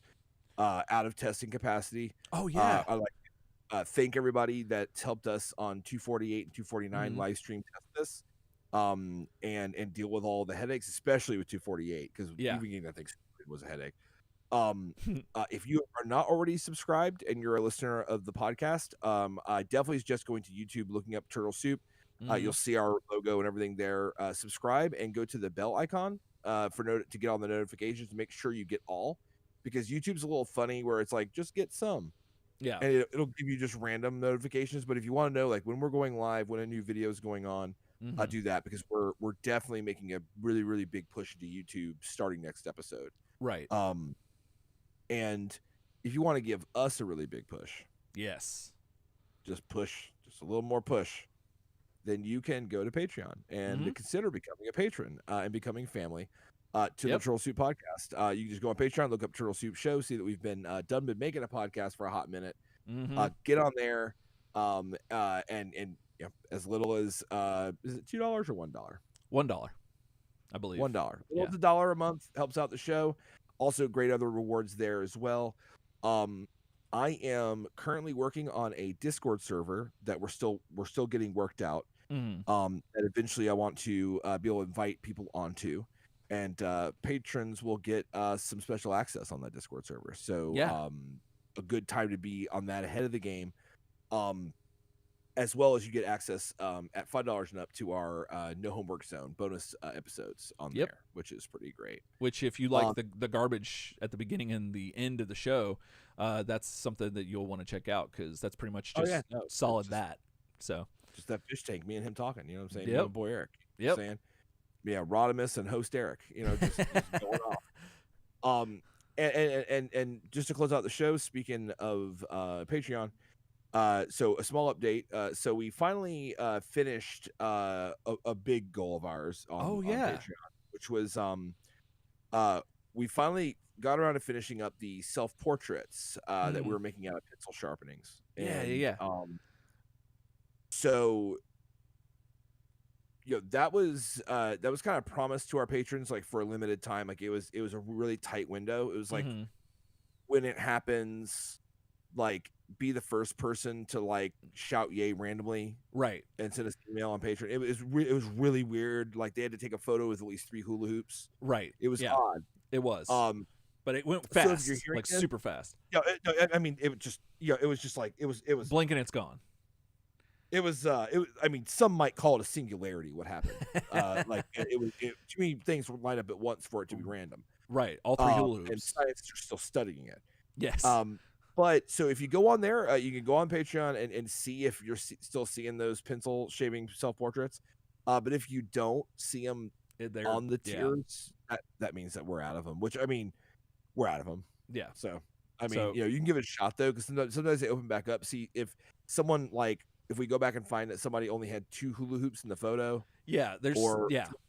or something like that, then we put another self portrait back. Like we yank it from Mhm. them and put it back in circulation. So just check. But if they're not there, that means everybody probably passed the Hulu test. Like, test, and we're And I think that when Odie entered, we noticed that that he had photoshopped like 10 hula hoops, and it's like that. No, we said 3, and like he went above and beyond, but it was like, yeah, it just that was disqualified hard. him a little bit. So yeah, It did, and specifically what the kind of the, to be transparent, what happened with that was that we pulled the pencil shaving self portrait, but then he sent us another image where he sent 20 hula hoops on it, like he Yeah. photoshopped like 20, and we gave him 2 self portraits for the effort. right.